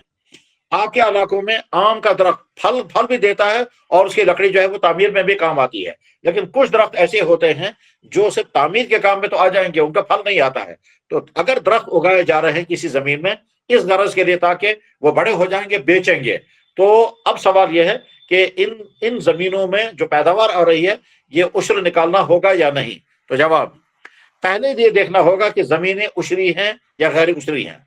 अगर किसी जगह की जमीनें उशरी हैं तो उन जमीनों पर ज़कात लाजिम है, और अगर जमीनें गैर उशरी हैं तो ज़कात लाजिम नहीं है। बर्र सगीर की जमीनों के मुतालिक जो अब तक तहकीकात की गई हैं, उन तहकीकात के नतीजे में तकरीबन ये बात तय है कि यहाँ की अक्सर जमीनें उशरी नहीं हैं। लेकिन इसके बावजूद तमाम अरबाब इफ्ता फतवा लिखते हैं कि एहतियात यह है कि उश्र अदा कर दिया जाए। उसकी वजह यह है कि जमीनें जिन मुख्तलिफ मराहिल से गुजरी हैं, उन मुख्तलिफ मराहिल से गुजरने के बिना पर जमीनों का उशरी होना और गैर उशरी होना जो है वो उसमें इबाम पैदा हो गया है। जमीनें मुख्तलिफ मराहिल से कैसे गुजरी हैं? जवाब हुकूमतों की वजह से। यानी एक जमाना था कि यहाँ गैर ईमान वालों का इक़्तिदार था, फिर ईमान वाले आए तो मुस्लिम हुकूमतें कायम हुई। फिर मुस्लिम हुकूमतें कायम होने की शक्लें अलग अलग हैं, हर इलाके में अलग अलग शक्लें बनती रही हैं। तो तवील सदियों तक मुसलमानों का दौर रहा। फिर मुसलमानों के बाद फिर अंग्रेजों का कब्जा हुआ। अंग्रेजों के बाद फिर जब अंग्रेजों का इनखला हो गया और यहाँ अंग्रेजों के चले जाने के बाद फिर यहाँ जमहूरी हुकूमतें कायम हुई। अब वो जमीनें जो मुख्तलिफ मराहिल से गुजरी हैं, इन मुख्तलिफ मराहिल से गुजरने की बिना पर जमीनों के मुतालिक इबाम पैदा हुआ है। बाज़ शक्लें महसूस होती हैं कि यहाँ उश्र लाजिम हो जाना चाहिए, बाज़ों के इसी बीच में कुछ जमीनें ऐसी भी हैं जो गैर मुस्लिम के हाथ में चली गई, चाहे वो बिक करके गई हो या जाबराना कब्जा हुआ हो या छीनी गई हो। गरज है कि जमीनों के मसाइल जो हैं उशरी और गैर उशरी होने के मसाइल चूंकि बहुत फैले हुए हैं और उसके लिए अलग से मुताला भी करना होगा और अलग से इसके लिए मुहादरा भी करना होगा ताकि आपके सामने उशरी और गैर उशरी जमीनों की तफसीलात आ जाएं। हम अगर ये मान करके चलें कि हमारी जमीनें उशरी हैं तो फिर अगला सवाल यह होगा कि इन उशरी जमीनों को सैराब करने के लिए अगर पानी कुदरती इस्तेमाल हो रहा है तो आपको उश्र का फैसला लिखना होगा कि जो जमीनें बारानी पानी से सैराब होती है, मसलन खुद ब खुद दरिया आ रहा है, खुद ब खुद नहर आ रही है, चश्मों का पानी है और उनसे खुद ब खुद जमीनें सैराब हो रही हैं, तो चाहे वो अनाज उगाया जा रहा हो, सब्जियां उगाई जा रही हो, फल उगाए जा रहे हो, दरख्त उगाए जा रहे हो, इन सब सूरतों में उश्र होगा। और उश्र के माना है 10वां, यानी 10 पीस में से 1 पीस, 10 खरवार में से 1 खरवार, 10 मन में से 1 मन, 10 बोरियों में से 1 बोरी, 10 पेटियों में से 1 पेटी, 10 आम की पेटियों में से 1 आम की पेटी, 10 सेब की पेटियों में से 1 सेब की पेटी। ये जमीनें चूंकि मैंने अर्ज किया 2 किस्म की हैं। कुछ तो जमीनें वो हैं जिनसे आप चीजें उगाएंगे, चाहे वो सब्जियां हो चाहे फल हो, और कुछ जमीनों को लोग बाग बना देते हैं। मसलन आमों का बाग बना दिया गया, केले का बाग बना दिया गया, संतरे का या बेर का बाग बना दिया गया। हर इलाके में जो अलग अलग फल हैं, तो इन बागों का हुक्म क्या है? जवाब यह है कि बागों को अगर सैराब किया जा रहा है आसमानी पानी से तो फिर इसमें उश्र देना होगा। और अगर बागों को सैराब किया जा रहा है उस पानी से जिस पानी पर खर्चा लग रहा है, मसलन ट्यूबवेल लगाना पड़ा, कुएं से पानी निकालने के लिए इंतजाम करने पड़े, खर्चे गए, तो उस सूरत में निस्फ उश्र होगा। मसलन हम कश्मीर की बात अगर करेंगे तो जिस बाग को सैराब किया गया ट्यूबवेल के पानी से, उस बाग से निकलने वाला सेब जब उसकी पेटियां होंगी 100, तो 100 पेटियों में से 10 पेटियां सेब उश्र में देना पड़ेगा। और अगर सैराब किया जा रहा है उस पानी से जिस पर खर्चा लग रहा है, कुदरती पानी से नहीं, खर्चा लग रहा है, तो फिर 100 पेटियों में 5 पेटियों का उश्र देना पड़ेगा। यानी 5 पेटियों में जितना सेब आएगा उतना उश्र देना पड़ेगा। उश्र की अदायगी में एक मसला आज के जमाने में यह पैदा हुआ है कि आज जमीनों में और फलों में दवा पाशी का एक बड़ा वसी निज़ाम है। किस्म किस्म की खादें, किस्म किस्म की दवाइयाँ छिड़की जाती हैं ताकि फसलें और फल मुख्तलिफ किस्म की बीमारियों से महफूज रहें। इन दवा पाशियों के नतीजे में जो खर्चे बहुत ज़्यादा होते हैं, तो अदायगी उश्र में ये दवा पाशी के खर्चे मिना करने हैं या नहीं, तो अब तक का फतवा जो है वो यही है कि दवा पाशी के खर्चे वज़ा नहीं किए जाएंगे। लेकिन बेशुमार फुकाहा की राय इस तरफ जा रही है कि दवा पाशी के खर्चे चूंकि आज बहुत ज्यादा हो गए हैं, इसलिए दवा पाशी के खर्चे उतार करके फिर उस अदा किया जाए। अमलन में इसकी मिसाल ऐसे समझाऊंगा। फर्ज कीजिए एक आदमी ने 1 लाख रुपए का फल बेचा आम, और उसको 20,000 का खर्चा आया है दवाइयों के छिड़काव करने में। दरख्तों की दवाइयां अलग, फलों की दवाइयां अलग, और फल को उतारने के बाद उसको महफूज रखने के लिए दवाइयां अलग। मान करके चलें 20,000 रुपए उसको खर्च हुए हैं दवा पाशी में। अब जब उसने आम उतारे हैं, या आम उसने बेचे 1 लाख रुपए के, तो उसको 1 लाख रुपए का अगर उश्र अदा करना होगा तो 10,000 बनेगा। और अगर उसको दवाइयों का खर्चा उतारना होगा तो फिर उसके माना यह है कि उसको 80,000 रुपए का हाई उश्र देना पड़ेगा। 1 लाख रुपए का उश्र बनेगा 10,000 और 80,000 रुपए का उश्र बनेगा 8,000। लेकिन अगर निस्फे उश्र होगा तो फिर 1 लाख का उश्र बनेगा 5,000 और 80,000 का उश्र बनेगा 4,000। इस तरह से गोया आप दवा पाशी के मसले में अभी तक तो यही फतवा देंगे कि दवा पाशी का खर्चा बिना नहीं किया जाएगा, और अब नहीं किया जाएगा। लेकिन आगे चल करके अगर फैसला इसका हुआ किसी फिक़ही सेमिनार में तो फिर उस वक्त मसला बदल जाएगा। लेकिन इस वक्त की सूरत हाल यही है। हजरात, ज़कात की अदायगी में ज़कात देने वाले को यह भी देखना है कि किन किन इंसानों को ज़कात नहीं देनी है। उसमें माँ बाप को ज़कात नहीं दे सकते, अपनी औलाद को ज़कात नहीं दे सकते, गैर मुस्लिम को ज़कात नहीं दे सकते, सैयद को ज़कात नहीं दे सकते, और गनी मालदार को ज़कात नहीं दे सकते। अब इन मसाइल में एक अहम मसला यह आता है कि अगर हमने किसी ऐसे शख्स को ज़कात दी जिसको हमने समझा था मुस्तहिक ज़कात, मगर वो हकीकत में मुस्तहिक ज़कात नहीं था, तो ज़कात अदा हो गई या नहीं? तो जवाब यह है कि ज़कात देने वाले की ज़कात अदा हो जाएगी, लेने वाले के लिए ज़कात लेना जायज़ नहीं होगा। ये एक जुज़ई मसला है। लेकिन बड़ा मसला जो आपके सामने आएगा वो है कि इदारे वाले जो ज़कात वसूल करते हैं, वो इदारे मदारिस भी हैं, यतीम खाने हैं, और कुछ इलाकों में गरीबों की मदद करने के लिए फलाही इदारे कायम किए गए हैं। वो ज़कातें वसूल करते हैं और ये कहते हैं कि हम ज़कात वसूल करके फिर मुस्तहिकीन पर ज़कात अदा करते हैं। फिर अगला सवाल आता है कि क्या ज़कात के ज़रिए से कुतुबखाने बना सकते हैं, अस्पताल बना सकते हैं, सड़कें ठीक की जा सकती हैं, इसी तरह से मदारिस की तामीर में ज़कात खर्च की जा सकती है? तो जवाब यह है कि ज़कात ऐसी जगह पर खर्च की जाए जिस जगह का मालिक कोई ना बने, तो वो ज़कात अदा नहीं होगी। तमलीक की शर्त लाजिम है, यानी फर्द को मालिक बनाना है। लिहाजा आप फतवा साहब सही लिखेंगे कि ज़कात लेकर के मदरसे की तामीर पर खर्च नहीं कर सकते, ज़कात लेकर के मदारिस के असातिज़ा और अमले की तनख्वाह भी खर्च नहीं कर सकते, ज़कात लेकर के कुतुबखाने की किताबें नहीं खरीद सकते, ज़कात के रुकुम से अस्पताल नहीं बना सकते, ज़कात के रुकुम से पुल और रास्ते ठीक नहीं किए जा सकते, ज़कात के रकम से गरीबों को सिर्फ खाना खिलाया जाए तो ज़कातें अदा नहीं होंगी। क्योंकि ज़कात की अदायगी के लिए शर्त है फर्द मालिक बन जाना चाहिए, और जब तक फर्द मालिक नहीं बनेगा ज़कात अदा नहीं होगी।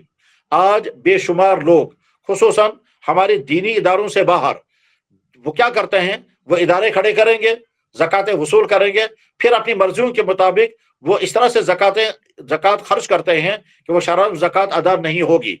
इसमें कुछ तबकात के यहाँ कुछ तबका जो हैं वो इस्तेदाल भी करते हैं फी सबीलिल्लाह के नाम से। वो कहते हैं कि जहां हम सर का ये फी सबीलिल्लाह है।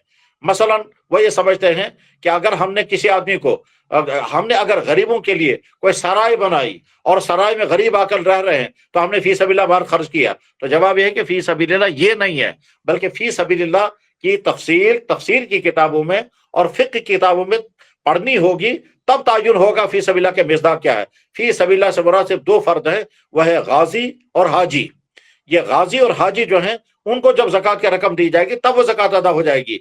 इस तरह से रिफाही इदारे जिनका मालिक कोई नहीं होता, उन जगहों पर ज़कात अदा करने से ज़कात अदा नहीं होगी। ज़कात के सिलसिले में कुछ लोग ये सवाल करेंगे कि क्या ज़कात का इज्तिमाई निज़ाम बन सकता है।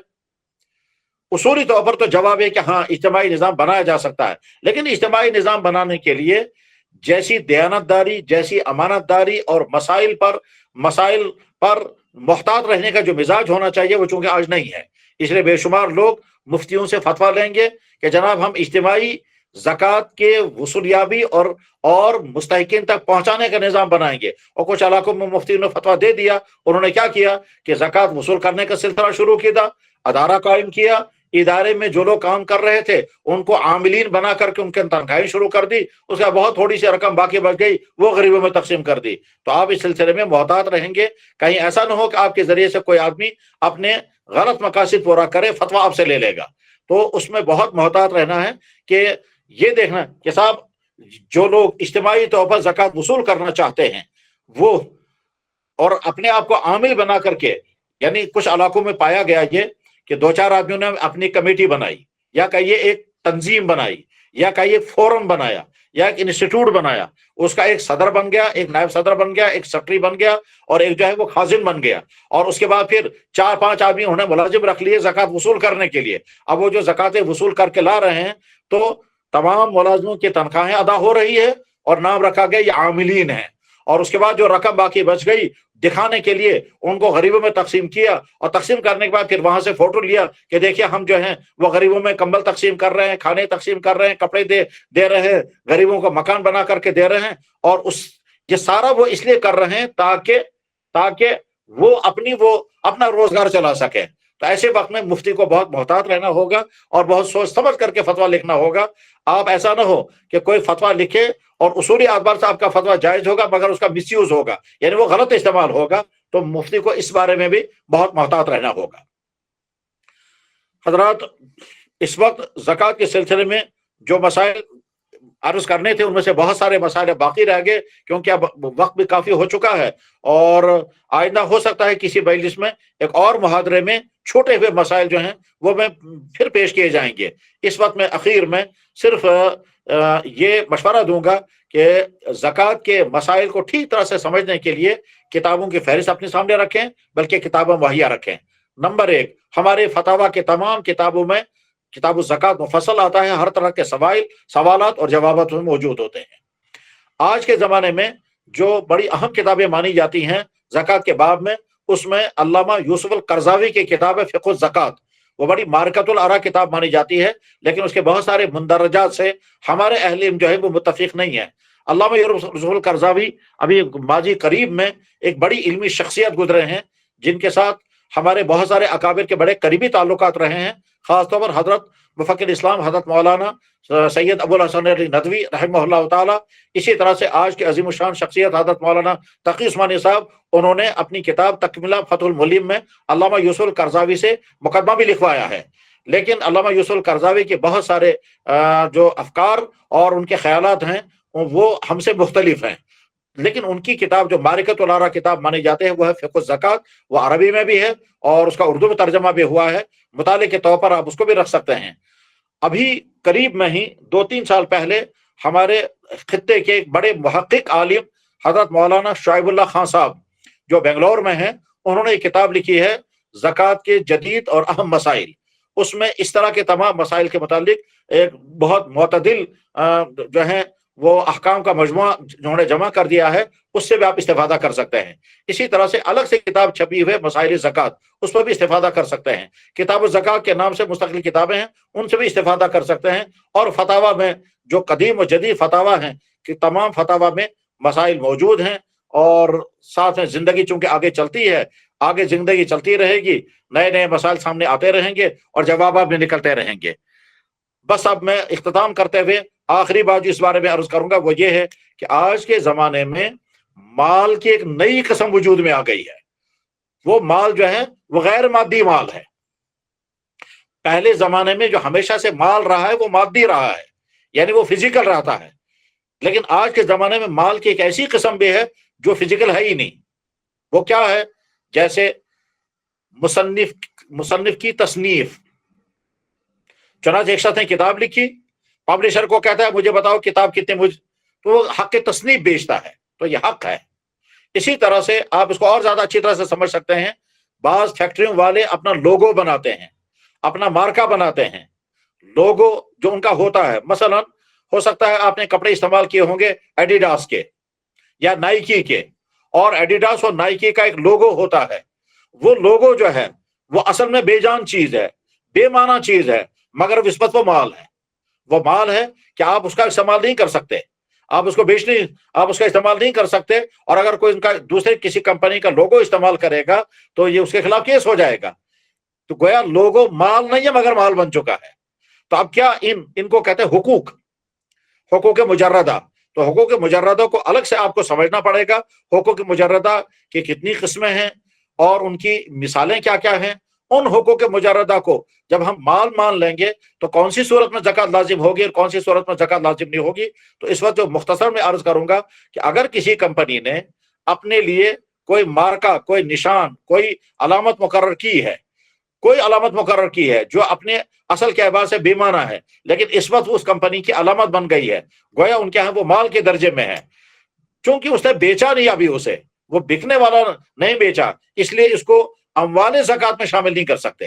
لیکن اگر کل کو اس نے اس کو بیچنا چاہا، مثلا فرض کیجئے ایک کمپنی نے اپنا ایک لوگو بنایا اور اس پر ایڈورٹائزنگ کر کے اس کی شہرت ہو گئی، شہرت ہونے کے بعد دوسری کمپنی والا کہتا ہے یہ لوگو ہمیں بیچو، چنانچہ وہ کروڑوں میں بیچے گا، کیونکہ اس لوگو کے نتیجے میں ان کا مال بکے گا، لوگو کے نتیجے میں ان کا مال بکے گا۔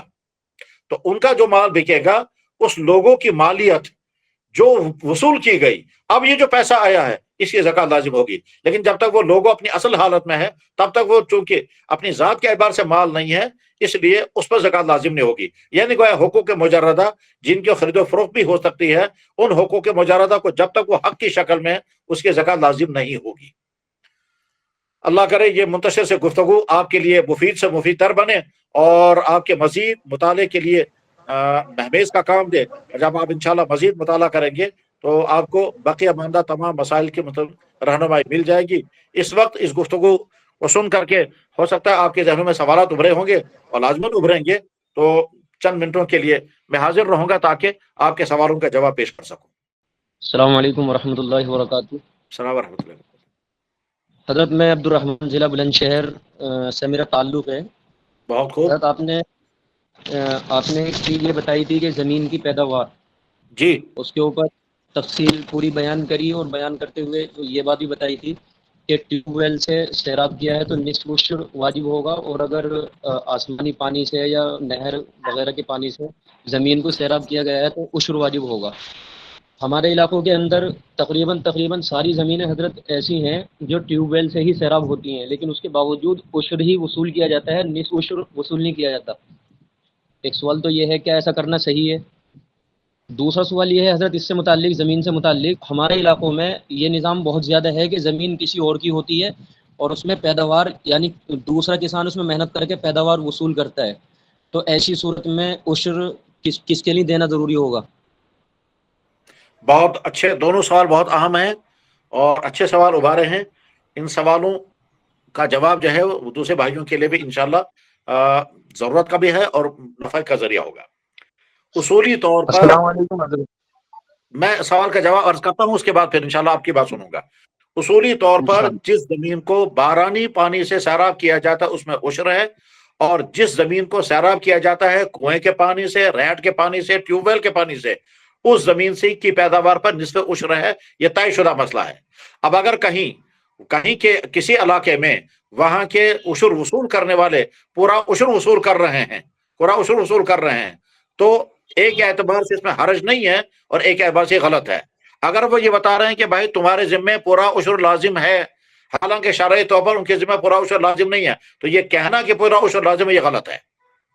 اور اگر یہ کہا جا رہا ہے کہ بھائی تمہارے ذمہ تو نصف عشر لازم ہے، لیکن اگر تم پورا عشر دے دو گے، یعنی 5 کے بجائے 10 دو گے، ایک کوئنٹل میں تمہیں دینا ہے 100 کلو، اور 100 کلو کے بجائے ایک کوئنٹل میں تمہیں دینا تھا 50 کلو، لیکن 50 کلو کے بجائے ایک کوئنٹل میں تمہیں دینا تھا 10 کلو، لیکن 10 کلو کے بجائے 5 کلو نصف عشر، لیکن اگر تم 10 کلو دو گے اور زیادہ اچھا ہے. اگر تمہیں یعنی عشر وصول کرنے والا یہ کہے گا کہ تمہیں دینا تو تھا 100 میں سے 5، لیکن اگر تم 100 میں سے 10 دو گے تو بہت زیادہ بہتر ہے، لیکن عشر جو لازم ہوگا وہ نصف عشر لازم ہوگا، کیونکہ فتوی کا تعلق جہاں تک ہے ہم تو وہی بتانا ہوگا کہ جو شریعت میں ہے. ہم اگر کسی انسان سے کہیں گے کہ صاحب تمہیں 1,00,000 روپے کی زکوٰۃ 5,000 دینی ہے، تو ہم غلط کہہ رہے ہیں.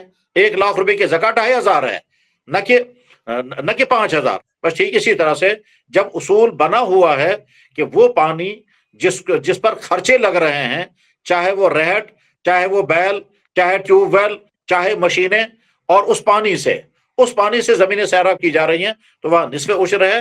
نصف عشر ہی کا اعلان بھی ہونا چاہیے اور نصف عشر ہی وصول کیا جانا چاہیے. اس کے بعد عشر دینے والا اگر پورا عشر دیتا ہے تو بہت اچھا، اس میں کوئی مذائقہ نہیں ہے. دوسرا سوال آپ نے کیا فرمایا تھا؟ جی حضرت، میں آپ سے یہ سوال کرنا چاہ رہا ہوں کہ ہم مدارس میں جو زکوٰۃ دے رہے ہیں اور وہ جس طریقے سے چاہے اس طریقے سے خرچہ کر رہے ہیں، مولانا وہ جو پہلے بھائی نے سوال کیا تھا ایک جواب میری رہ گیا. درخواست، جی مفتی صاحب میری درخواست یہ ہے، ایک تو سوال کرنے سے پہلے عام حالات میں بھی آپ مائک ویڈیو چالو رکھیں، اور سوال جب کریں تو لازمی طور پہ ویڈیو چالو کریں تاکہ پتہ چلے کہ صاحب کی آواز ہے، اور اپنا نام بھی بتا دیں. دوسرا یہ کہ ایک صاحب سوال کریں، ان کے سوال کا جواب جب مکمل ہو جائے پھر آپ سوال کیجیے گا. جس بھائی نے پہلے سوال کیا تھا ان کا دوسرا سوال کیا تھا؟ حضرت دوسرا سوال یہ تھا کہ ہمارے علاقوں میں زمین کسی کی ہوتی ہے، اس میں پیداوار کوئی دوسرا آدمی کرتا ہے. میں سمجھ گیا، جواب میں عرض کرتا ہوں. آپ ہی کے علاقے میں نہیں، دنیا بھر میں یہ سلسلہ رائج ہے. زمین کسی اور کی ہے اور وہ بٹائی پر کسی اور کو دیتا ہے، باغ کسی اور کا ہے اور وہ بیچتا ہے، اور اس کے بعد پھر پھلوں کا کام کوئی اور کرتا ہے. تو اس سلسلے میں جواب یہ ہے کہ جس وقت جب کسی شخص نے زمین بٹائی پر دی، ایک کی زمین دوسرے کی محنت، اس میں جو پیداوار ہے اس پیداوار پر عشر لازم ہوگا. اب چاہے وہ اپنا حصہ الگ کر کے عشر نکالیں، اور چاہے وہ پہلے عشر نکالیں اس کے بعد پھر جو پیداوار ہے اس کو آپس میں تقسیم کر لیں. مثلا ایک آدمی کی زمین 1 بیگھہ ہے، اس نے بٹائی پر دوسرے بھائی کو دے دی اور اس نے اس میں گندم بویا، اور گندم جب فصل نکل آئی تو پہلے عشر ادا کر دیں، پھر وہ آپس میں تقسیم کر لیں، اور یا پھر پہلے تقسیم کر لیں اور ہر آدمی اپنے اپنے حصے کا عشر ادا کرے گا. ہمارے علاقوں میں چونکہ باغات ہوتے ہیں تو یہاں ایک انسان جو ہے وہ اپنا باغ دوسرے کو بیچتا ہے. اب وہ الگ الگ مسئلے ہیں، کون سی صورت میں باغ کا بیچنا درست ہوگا، بدون صلاح سے پہلے باغ بیچنا جائز ہے ناجائز ہے وہ الگ مسئلہ ہے. لیکن ہم یہ مان کر کے چلیں کہ اگر کسی شخص نے باغ دوسرے کو بیچا، جس وقت باغ بیچا اس وقت پھل آیا ہی نہیں تھا، تو اب عشر جو ہے وہ لازم ہوگا اس انسان پر جس کے پاس باغ ہے، جس کے قبضے میں باغ تھا اور اس کے ہوتے ہوئے پھل آیا ہے. اور اگر باغ بیچا گیا اس وقت جب پھل آ چکا تھا اور وہ بیچنے کے قابل تھا تو عشر لازم ہو جاتا ہے پھر بائیں پر، بیچنے والے پر. حضرت ایک چھوٹی سی چیز، کیونکہ بہت ساری چیزیں آپ کے محاضرے سے حل ہو گئیں، اللہ آپ کو جزائے خیر دے. چھوٹی سی چیز اور ڈاؤٹ اپنا ختم کرنا تھا. ایک چیز کتابوں میں پڑھ کے صحیح طریقے سے سمجھ میں نہیں آ پاتی، طویل المیعاد جو قرضے ہیں، لمبی مدتوں کے لیے قرضے ہوتے ہیں، اور تجارت کرنے والا، بزنس کرنے والا، وہ اپنی سال پورا ہونے پہ زکوٰۃ نکالتا ہے، تو قرضے جو ہیں وہ منہا ہوتے ہیں. میں سوال سمجھ گیا، میں جواب عرض کیے دیتا ہوں. اس مسئلے پر بارہا غور ہوتا رہا اور سیمینار میں اس پر بحث بھی ہوئی. قرضے 2 قسم کے ہیں، اور سوئے اتفاق ہے کہ میں اپنی گفتگو میں اس مسئلے پر بات نہیں کر پایا، میرے ذہن سے نکل گیا، حالانکہ پہلے میرے ذہن میں تھا کہ مجھے اس مسئلے پر بات کرنی ہے. تو اب آپ کی یاد دلانے پر میں اپنی معروضات پیش کرتا ہوں. قرضوں کی 2 قسمیں ہیں. ایک قرض وہ ہے جس کی کوئی مدت طے نہیں ہے، گویا قرض دینے والے کو ہر وقت حق ہے کہ وہ آپ سے مطالبہ کرتا رہے. اور ایک قرض وہ ہے جس کی مدتیں طے ہو چکی ہیں، جیسے بینک کے قرضے جس کو آپ نے تعبیر کیا طویل المیعاد قرضے. اس کی آسان والی مثال میں عرض کروں گا کہ ایک شخص نے ارادہ کیا میں فیکٹری لگاؤں گا، اور اس کے لیے اس نے گورنمنٹ کے کسی ادارے سے قرضہ لے لیا، جس قرضے کی ادائیگی اس کو 20-30 سال میں کرنی ہے، اور ادائیگی کے لیے قسطیں طے ہو گئی.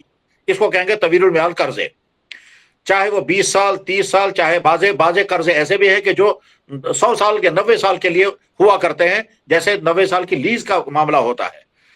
جو قرضے طویل المیعاد ہیں، جن قرضوں کے متعلق طے ہے کہ قرض دینے والا آپ سے مطالبہ نہیں کر سکتا، وہ اپنے مطالبہ کرے گا صرف اپنی قسط کا.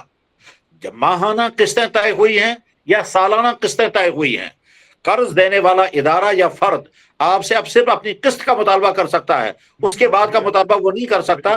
یعنی مثلا فرض کیجئے میں نے کسی سے قرضہ لیا اور وہ قرضہ مجھے ادا کرنا ہے 20 سال میں، ایک سال میں مجھے ادا کرنے اس میں سے 20,000 روپیہ، تو گویا میرا قرضہ دینے والا مجھ سے 20,000 کا مطالبہ تو کرے گا، اس کے علاوہ مزید رقم کا مطالبہ وہ اس لیے نہیں کر سکتا کہ اگریمنٹ میں طے ہے کہ ہر سال میں 20,000 روپے دوں گا، اس کے علاوہ نہیں. جو قرضہ مجھے اس سال ادا کرنا ہے اس قرضے کو تو منہا کیا جائے گا، لیکن جو مزید کا اگلے قرضے اگلے سالوں میں مجھے ادا کرنے ہیں وہ زکوٰۃ کی ادائیگی میں وہ قرضے منہا نہیں ہوں گے. مثلا میں نے بینک سے 1,00,000 روپے کا قرضہ لیا اور بینک کو مجھے ایک سال میں 10,000 دینے ہیں. اب اس سال میں جب اپنی زکوٰۃ کا حساب کرنے لگوں گا تو زکوٰۃ کا حساب کرتے ہوئے مجھے یہ بھی دیکھنا ہے کہ میرے ذمہ قرضہ کتنا ہے. تو میں یہ مان کر چلوں گا کہ بینک کا میرے ذمہ 10,000 قرضہ ہے، حقیقت میں ہے 1,00,000 روپے قرضہ، مگر میں مان کر چلوں گا کہ مجھے میرے ذمہ 1,000 قرضہ ہے، کیونکہ وہ جو 1,00,000 قرضہ ہے مجھے وہ ادا ہی نہیں کرنا، اس سال تو مجھے صرف 10,000 کا قرضہ ادا کرنا ہے، تو 10,000 کی رقم ہی بنا ہو جائے گی. میں سمجھتا ہوں شاید جواب واضح ہو گیا ہوگا. اور اس میں السلام علیکم، میں دلی سے ڈاکٹر عبد الخالق بول رہا ہوں. وعلیکم السلام ورحمۃ اللہ وبرکاتہ. ڈاکٹر صاحب کیسے مزاج؟ اللہ سلامت رکھے. الحمدللہ بہت آسان سا ہمارے معاشرے میں بڑے روزانہ پیش چیز آتی ہے. میں پوچھ رہا ہوں انکم ٹیکس اور زکوٰۃ ادا کرنا، اس کے متعلق روشن ڈالیں. بہت خوب. ہمارے بہت سارے بھائی یہ سوال کرتے رہیں گے اور آپ سے بھی کریں گے کہ ایک طرف سے ہمیں انکم ٹیکس دینا ہے اور دوسری طرف سے زکوٰۃ دینی ہے، تو کیا انکم ٹیکس کی بنیاد پر زکوٰۃ میں کوئی تخفیف ہوگی؟ تو جواب یہ ہے کہ نہیں، انکم ٹیکس الگ مسئلہ ہے، زکوٰۃ الگ مسئلہ ہے. اگر میں اس کیٹیگری میں آ رہا ہوں کہ مجھے انکم ٹیکس بھی دینا ہے اور ادھر سے میں شرعی طور پر زکوٰۃ دینے والوں میں ہوں، مجھے ایک طرف سے انکم ٹیکس بھی دینا ہوگا اور ادھر سے زکوٰۃ بھی دینی ہوگی. انکم ٹیکس دینے کے نتیجے میں زکوٰۃ میں کوئی تخفیف نہیں ہوگی. زکوٰۃ حق اللہ ہے، اور وہ حق اللہ جو ہے وہ کسی انسان کو پیسہ دینے کے نتیجے میں نہیں. رہا انکم ٹیکس، تو انکم ٹیکس کے سلسلے میں جو اگرچہ ہمارا موضوع نہیں ہے لیکن اس سے پہلے شاید گفتگو ہوئی ہوگی یا آئندہ کبھی ہو جائے گی کہ انکم ٹیکس میں ایک مسلمان کو وہ انٹرسٹ کا پیسہ دینے کی اجازت ہے جو انٹرسٹ اس کے اکاؤنٹ میں آیا ہے. لیکن بہرحال اگر کسی مسلمان نے ادھر سے انکم ٹیکس دیا، ادھر سے وہ یہ سمجھتا ہے کہ زکوٰۃ مجھے کم ہو جائے گی، زکوٰۃ کم نہیں ہوگی، زکوٰۃ برابر دینی ہوگی. مطلب اس میں وہ کتاب ہے، رہنمائی فرمائیں، کوئی کتاب ہو جس سے پڑھیں. اس سلسلے میں مستقل کتاب تو نہیں الگ سے میرے علم میں ہے جس میں یہ لکھا گیا ہو کہ انکم ٹیکس اور زکوٰۃ. البتہ یہ بات اپنی جگہ طے ہے کہ غیر دینی ٹیکسز، غیر اسلامی ٹیکسز جو مسلمان پر لازم نہیں ہیں لیکن وہ حکومتوں کی طرف سے لازم ہوتے ہیں، اداروں کی طرف سے لازم ہوتے ہیں، ان ٹیکسز میں کون کون سی رقمیں ادا کی جانی چاہیے. تو ٹیکسوں کے متعلق غالباً حیدرآباد میں کتاب چھپی ہے، میں معلومات کر کے پھر اطلاع کروں گا. مجھے خیال آتا ہے کہ حیدرآباد یعنی المعہد العالی الاسلامی جس کے سربراہ حضرت مولانا خالد سیف اللہ دامت برکاتہم ہیں، شاید ان کے ادارے سے ٹیکسوں کے متعلق یہ کتاب چھپی ہے. تو میں کنفرم کر کے، اور آپ بھی معلومات کر سکتے ہیں، تو وہاں سے اس کتاب کو لے کر کے استفادہ کیا جا سکتا ہے. اس وقت خلاصے میں عرض یہ ہے کہ جو ٹیکس اسلام نے ہم پر لازم نہیں کیے ان میں انکم ٹیکس ہے، ویلتھ ٹیکس ہے، اسی طرح سے سیل ٹیکس ہے، جی ایس ٹی ہے، کیپٹل گین ٹیکس بھی ہے اسی میں. ہاں صحیح ہے. تو اسی طرح سے ویلتھ ٹیکس ہے، کیپٹل گین ٹیکس ہے، ایکسائز ٹیکس ہے. تو ان ٹیکسوں میں رقم دینے کے بعد کیا زکوٰۃ کم ہو جائے گی؟ جواب ہے نہیں. زکوٰۃ غریبوں کا حق ہے، وہ معاف نہیں ہوگا. ہم ٹیکس دے رہے ہیں گورنمنٹ کو، اور گورنمنٹ جو ہے وہ اپنے منشے کے مطابق خرچ کرے گی، اپنے ملازموں کو تنخواہ دے گی، اپنے ملک کی ترقی میں لگائے گی، سڑکیں بنیں گی، ہسپتال بنیں گے. تو زکوٰۃ جو لازم تھی تو وہ فرد اور غریب کا حق تھا، تو وہ زکوٰۃ جو ہے وہ ٹیکسوں کے ادا کرنے سے ادا نہیں ہوگی. السلام علیکم ورحمۃ اللہ. السلام ورحمۃ اللہ وبرکاتہ. میرا نام محمد کاشف، میں ارریہ بہار سے حضرت. بہت اچھا حضرت میں یہ عرض کر رہا تھا کہ آج کل جو زکوٰۃ کے لیے مدارس کے سفارہ حضرات گھومتے ہیں، جی. अक्सरियत जो है 60% या 70 या 50-50 पे रहते हैं, तो इसकी क्या सूरत हाल है?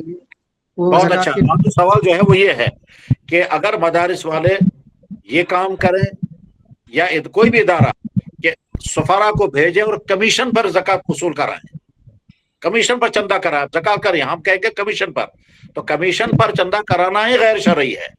और इस सिलसिले में फतावा के तमाम किताबों में सराहतन लिखा हुआ है कि कमीशन की बुनियाद पर चंदा करना, यानी सफीर आएगा, वह हमसे चंदा लेगा, चाहे हम ज़कात दें, चाहे हम इमदादी रकम दें, और सफीर को मालूम है कि यह रकम मैं ले जाकर इदारे को दूंगा, इसमें से आधी रकम मुझे मिलेगी, आधी इदारे को मिलेगी, या जो है इस रकम में से 10% परसेंटेज के हिसाब से चंदा करना, कमीशन पर चंदा करना गैर शरई है, जायज नहीं है। अलबत्ता इनको चाहिए कि वो तनख्वाहें मुकर्रर करें और तनख्वाहों की बुनियाद पर वो सफारा को रखें, न कि कमीशन की बुनियाद पर। कमीशन की मिकदार चाहे वो कितनी ही कम हो जाए, 30%, 40% में भी। जी, चाहे 1% क्यों ना हो, कमीशन की बुनियाद पर चंदा करना ही जायज नहीं है। असल में उसको उसकी मेहनत का मुआवजा मिलना चाहिए, ये मुआवजा मिलना चाहिए, और ये मुआवजा तय होगा इजारे की बुनियाद पर, और इजारे में इबाम नहीं रख सकते। जब हमने किसी को रखा और उसको पता ही नहीं मिली मुझे रकम कितनी, वो तो इस पर मौकूफ है, चंदा ज्यादा हो गया तो उसको भी ज्यादा मिलेगा, कम हो गया तो उसको भी कम मिलेगा। मतलब मान लीजिए एक सफीर जो है वो किसी ऐसे इलाके में चला गया जहाँ बहुत ज्यादा गुर्बत है, और उसके बाद फिर वहां चंदा बहुत कम हुआ, तो उसको कमीशन कम हो जाएगा, मदरसे को कम। असल ज़ाब्ता यह है कि मदारिस वाले, इदारे वाले जो हैं, एक आदमी को मुलाजिम रखें, और मुलाजिम रखो उसके तनख्वाह तय कर दें, और तनख्वाह तय करने बाद फिर वो जो है वो अमरदारी और देनादारी के साथ चंदा करे और चंदा लाके मदरसे में दे। खुलासा इसका ये फतावा की किताबों में सराहतन मौजूद है, कमीशन की बुनियाद पर चंदा करना और कराना जायज नहीं है। हजरत वो हीला तमलीग है, वो एक दो बच्चे को बुला के उसके नाम से तमलीग करा लेते हैं, इसकी क्या शक्ल है? हीला तमलीग एक अहम तरीन मसला है। उसकी कुछ शक्लें जो हैं वो तो है मशकूक, और कुछ शक्लें जो हैं वो है बिल्कुल बेगुमार और बहुत काबिल इत्मीनान। बेगुमार शक्ल जो हज़रत थानवी रहमतुल्लाह तआला ने नकल फरमाई, और गालिबन दारुल नदवतुल उलमा में उसी पर अमल भी होता है कि हमारे अगर इदारे वाले के पास ज़कात की रकम है और ये रकम उसे खर्च करनी है मुलाजिमिन की तनख्वाह में, या मदरसे की तामीर में, या किताबों की फराहमी में, वहां यह रकम खर्च करनी है जहां ये रकम खर्च नहीं हो सकती, क्योंकि ज़कात की रकम इन मदों में खर्च नहीं होगी। इस इंसान को चाहिए इनको चाहिए कि किसी इंसान से, चाहे वो मदरसे का मुलाजिम हो, चाहे मदरसे का तालिब इल्म हो, चाहे मदरसे का हमदर्द हो, उससे कहें भाई इतनी रकम ला करके मदरसे को बतौर चंदा के दे दो, और तुम कर्जा लेकर के दे दो। चुनाचे उसने जो ही रकम ला करके दी बतौर कर्ज के, और उसके जिम्मे कर्जा चढ़ गया, ये जो मखरूज हो गया, तो ये ज़कात की रकम उसको मखरूज को दे देंगे, उसका कर्जा अदा हो गया, और उसने जो रकम हमको मदरसे में दी थी वो मदरसे में इमदाद आ गई, और इमदाद आने के बाद फिर आप ये रकम जहां चाहे खर्च करें। ये सबसे बेहतरीन और बेगुबार तरीका है तमलीग का। आप जब फतावा लिखेंगे तो आप कहेंगे सबसे बेहतर तरीका तमलीग करने का ये है। रहा मदरसे वाले जो हैं बच्चे को लाएंगे, और बच्चे को ला करके एक हाथ से देंगे, दूसरे हाथ से वापस ले लेंगे। इस तमलीग के सिलसिले में बहुत सारे हमारे अकाबिर का कहना है कि ये तमलीग हकीकतन तमलीग नहीं है, ये सिर्फ शक्लन तमलीग है, क्योंकि वो मुतासिर रहता है ज़हनन कि मुझे लेना है और वापस देना ही देना है, तो गोया वो ज़हनन रकम का मालिक अपने आप को समझता ही नहीं है। और अगर वो रकम लेकर के फिर वापस इदारे को न दे तो क्या इदारे वाले उसको बर्दाश्त कर लेंगे? जाहिर है अगर इदारे वाले बर्दाश्त नहीं करेंगे, इसका माना है कि हकीकत तमलीग नहीं हुई। हज़रत एक छोटी सी बात और मालूम करनी थी। ये तो आपके अल्फाज में ये साल का गुजरना जो निसाब के ऊपर ज़रूरी होता है, साल का गुजरना निसाब के ऊपर ज़रूरी है, तो इसके मुतालिक कुल माल पर या माल के किसी भी हिस्से पर, या आजकल के जो बिजनेसमैन हैं इनके पास में पैसा रह नहीं पाता है, आता है जाता है, तो इसका क्या मसला है? बस ठीक है, इस मसले की तरह से मैं वजाहत कर देता हूँ। एक इंसान के पास जब इतनी रकम आ गई जिस पर ज़कात लाजिम हो गई, मैं आप ही की मिसाल लेता हूँ। फ़र्ज़ कीजिए आप कल इंशाल्लाह जब किसी इदारे में उस्ताद बन करके पहुँच जाएंगे, अब आपने तनख्वाह लेनी शुरू कर दी, और इंशाल्लाह जिस वक्त आपकी तनख्वाह और जमा शुदा पैसा जो ही ये उतनी मिकदार बन गया, कितनी मिकदार जिस पर ज़कात लाजिम होती है, हम मान करके चलें ये 60,000 रुपया है। 612 ग्राम चांदी की कीमत 60,000 रुपए बन रहा है। जिस वक्त आप 60,000 रुपए के मालिक बन जाएंगे, आपने पिछले महीनों में तनख्वाहें ली हैं, खर्च करते रहे, कुछ पैसा मौजूद है, इस महीने जो ही आपने तनख्वाह ली, पहले से आपके पास मौजूद है 50,000 रुपए, आप साहिब निसाब नहीं थे, आज आपके पास तनख्वाह आ गई मसलन 20,000 रुपए, तो आपने जो ही 20,000 रुपए, तो 50,000 पहले से 20,000 ये 70,000 के आप मालिक बन गए। तो ये आपकी तारीख बन गई ज़कात के लाजिम होने की। ये तारीख आपको हमेशा लिख करके रखनी है कि अब मैं फलां, जैसे इंसान बालिग कब होगा ये इंसान के अपने बस में नहीं है, ठीक इसी तरह से इंसान साहिब निसाब कब होगा वो भी इंसान के अपने बस में नहीं है, वो कभी भी साहिब निसाब बन जाएगा। और जिस दिन साहिब निसाब बनेगा वो दिन अपने पास नोट करके रखना है। अब साहिब निसाब मसलन फर्ज कीजिए आप हुस्न इत्तेफाक से 10 या 12 रबीउल अव्वल के मुकद्दस महीने में आप साहिब निसाब बन गए। अब इस पूरे साल में आप तनख्वाहें लेते रहे, खर्च करते गए, कम होती गई, ज्यादा होती गई, और घर भी चलाते रहे, इलाज भी करते रहे, चीजें भी खरीदते रहे। अगले साल 12 रबीउल अव्वल को आपको देखना होगा आपके पास कितनी रकम है। अगर आपके पास मिकदार निसाब है तो आपके जिम्मे ज़कात लाजिम है, और अगर उस दिन आपके पास मिकदार निसाब नहीं है तो ज़कात लाजिम नहीं है। भाई ये तो थी बुनियाद। अब आपका सवाल आएगा, ये जो साल बीच में गुजरा है, इस साल के दरमियान में आपकी रकमें कम भी होती गई हैं। मसलन फर्ज कीजिए आपके पास जो ही 12 रबीउल अव्वल को 70,000 रुपए आ गया, उसके बाद अगले महीने में आपको अपने घर में कोई काम करना पड़ गया, 50,000 रुपये खर्च हो गया, 20,000 रह गया, ठीक। और उसके बाद फिर 2-3 महीने तक ये रकम बढ़ी नहीं, यहां तक कि अगले साल 12 रबीउल अव्वल जो ही आ गया तो आपके पास फिर मिकदार निसाब, साल के दोनों किनारों में, आपका साल शुरू हुआ है 12 रबीउल अव्वल से और खत्म हो रहा है अगले साल 12 रबीउल अव्वल में, इन दोनों किनारों में अगर मिकदार निसाब के बकात आपके पास पैसा रहा है तो आपकी जिम्मे ज़कात लाजिम है। दरमियान में कम होने से ज़कात माफ नहीं होगी। दुकानदारों को भी यही बताएंगे, अपने लिए भी। लेकिन अगर दरमियान में ये रकम बिल्कुल ही खत्म हो गई, मसलन 12 रबीउल अव्वल को आप साहिब निसाब बने थे और उसके बाद फिर घर वालों ने तकाजा किया कि भाई मकान में फलानी चीज करनी है, पैसा दे दो, आपने सारे पैसे निकाल कर दे दिए और आपके पास कुछ भी नहीं बचा, तो आप गोया ज़कात लाजिम होने वालों में रहे ही नहीं। अब आप फिर वापस चले गए अपनी उस असल हालत में। अब उसके बाद नए सिरे से आपको कब ज़कात लाजिम हो जाएगी, अब आपको फिर इंतजार करना है। और साथ में निगाह इस बात पर तवज्जो रखनी है कि कौन से दिन मेरे पास उतनी रकम आ जाएगी जितनी रकम पर मुझ पर ज़कात लाजिम होगी। अब आपकी डेट फिर बदल जाएगी, डेट बदलने के बाद फिर नया साल शुरू हो जाएगा। साल के दोनों किनारों पर निसाब का बाकी रहना जरूरी है। साल के दरमियान में निसाब कम हो जाए उससे ज़कात माफ नहीं होगी। लेकिन अगर साल के दरमियान में माल बिल्कुल ही खत्म हो गया तो आपका ज़कात का साल ही बदल जाएगा, नए सिरे से साल शुरू हो जाएगा। और इसका आखिरी मसला जो है वो मैं अर्ज करूंगा कि आप जब 12 रबीउल अव्वल को साहिब निसाब बने हैं, उसके बाद अगले साल 12 रबीउल अव्वल तक आपके पास पैसा आता गया, खर्च होता गया। अगले साल 12 रबीउल अव्वल में आपके पास एक तो 60,000 वो है जिस पर ज़कात लाजिम है, वो बेसिक है। मजीद आपके पास कुछ पैसा ऐसा है जिस पर एक ही महीना गुजरा होगा, कुछ पैसा ऐसा है जिस पर 2 महीने गुजरे होंगे, कुछ पैसा ऐसा है जिस पर 3-4 महीने गुजरे होंगे। तो जवाब है कि ये जो एक्स्ट्रा रकम है इस पर साल गुजरना शर्त नहीं है, उस पर तो अगर एक दिन में गुजर जाएगा तब भी ज़कात लाजिम हो जाएगी। अस्सलाम वालेकुम वरहमतुल्लाह। अस्सलाम वरहमतुल्लाहि वबरकातुहू। हजरत, ये वो परसेंटेज पे जो चंदा करते हैं, क्या ये ज़रूरात तबीउल महज़ूरात से नहीं निकल सकता? क्योंकि अगर हम सिर्फ ज़रूरत के दायरे में नहीं आएगा, क्योंकि ये ऐसी जरूरत नहीं है कि जिससे मफर ना हो सके। और ज़रूरत बिल महज़ूरात का कायदा वहां आता है जहां इंसान के पास कोई दूसरा चाराकार ही नहीं है। मसलन फर्ज कीजिए हमारा एक बच्चा है, बालिग बच्चा, उसको खुदा न खास्ता खुजली हो गई और आदाए मस्तूरा में खुजली हो गई। अब डॉक्टर कहता है मैं तो जब तक देखूंगा नहीं तब तक मैं नहीं जान सकूंगा ये कौन सी वाली खुजली है। तो अब ये है वो उज़्र जिसमें इंसान को गोया आदाए मस्तूरा को देखना है, कश्फ औरत करना है। यहाँ है जरूरत, ज़रूरत तुबील माजूर। या एक इंसान किसी ऐसे खित्ते में पहुंच गया जहां उसको जान के लाले पड़ गए, खाना और पीना नहीं है, और वहां खुदा न खास्ता उसको जान बचाने के लिए कोई शक्ल नहीं है सिवाय इसके कि बकरी का पेशाब पिएगा। बस राजस्थान के किसी साहरा इलाके में पहुंच जाएगा, वहां ज़रूरत तुबील माजूर। लेकिन कमीशन का चंदा जो है उसका मुतबादिल मौजूद है। जब मुतबादिल मौजूद है सारी दुनिया में राइज है। कमीशन चंदा करने वाला मदरसे का मुलाजिम बन जाए, और मुलाजिम बनने के बाद जैसे मदरसे के मुलाजिम तनख्वाहें लेते हैं इसको भी तनख्वाह। तो जब मुतबादिल जायज सूरत मौजूद और राइज है तो ज़रूरत तुबील माजूरा का कायदा या मुताबिक नहीं होगा। हजरत ऐसा हो सकता है ना, सफरा हजरात जाए आराम करते रहे कहीं, पूरे दिन कुछ करके ना लाए और महीने को ये मदरसे उनकी के ऊपर तो बददियों और है, और ये सफराई का मसला नहीं है, ये तो हम सब का मसला है।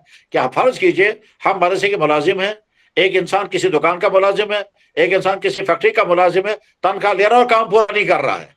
तो ये तो उस्ताद भी हो सकता है कि साहब वो तनख्वाह ले रहा है लेकिन पढ़ाता नहीं है, मदरसे का मुलाजिम हो सकता है कि वो तनख्वाह ले रहा है लेकिन अपनी ड्यूटी पूरी नहीं दे रहा है। इदारों में, गवर्नमेंट के इदारों में, दफ्तरों में, दुकानों पर, ये तो सबका मसला, तनहा सफीर का ही मसला नहीं। ये उसकी दयानतदारी का तकाजा है कि मैं जब तनख्वाह ले रहा हूँ तो तनख्वाह लेने के बाद मुझे तनख्वाह लेने के बाद फिर मुझे जो है ज्यादा अलबत्ता उसमें एक शक्ल जो बताई गई वो ये है कि अगर सफारा से ये कहा जाए ये तो है आपकी बेसिक तनख्वाह, लेकिन आपको बतौर इनाम के परसेंटेज के हिसाब से कुछ रकम जायद मिलेगी। मुलाजिम तो आप हैं तनख्वाह की बुनियाद पर, और परसेंटेज के हिसाब से आपको इतना नफा, आपको इतना कमीशन, आपको इतना इनाम दिया जाएगा। मुझे याद है कि यहाँ जहां से भी इस पर गुफ्तगू कर रहा हूँ, दारुल उलूम रहीमा बांडीपोरा, यहाँ हजरत अक़दस मुफ्ती महमूद साहब नवरल्लाह बरकतहू तशरीफ लाए थे, और वो मुफ्ती आजम थे अपने दारुल उलूम देवबंद में। तो उन्होंने फरमाया था कि हाँ बतौर इनाम के सफरा को कुछ मजीद रकम दी जा सकती है। मसलन जो सफीर 1 लाख रुपए चंदा करके लाएगा उसको जो है वो 5,000 इनाम दिया जाएगा, जो 2 लाख लेकर आएगा उसको 7,000 दिया जाएगा, जो 3 लाख लेकर के आएगा उसको 10,000 इनाम दिया जाएगा। इस इनाम की लालच में हो सकता है वो ज्यादा मेहनत करे, लेकिन मुलाजिम तो रहेगा वो तनख्वाह की बुनियाद पर। गालिबन हजरत ये दारुल उलूम वक्फ और दारुल उलूम में भी यही रूल है शायद, तनख्वाह के अलावा भी कुछ मामूली हाँ, इनाम वहाँ मालूम किया जा सकता है। अस्सलाम वालेकुम रहमतुल्लाह। ज़कात के अंदर मालिक बनाना शर्त है, और सुफा हजरात जो चंदा करने आते हैं उसको मालिक बनाया जाता है। आपकी आवाज साफ नहीं आई, मैं नहीं समझ पाया कि आप क्या फरमा रहे हैं। मैं कह रहा हूँ कि ज़कात में मालिक बनाना शर्त है जी, तो जो ज़कात के अंदर मालिक बनाना शर्त है।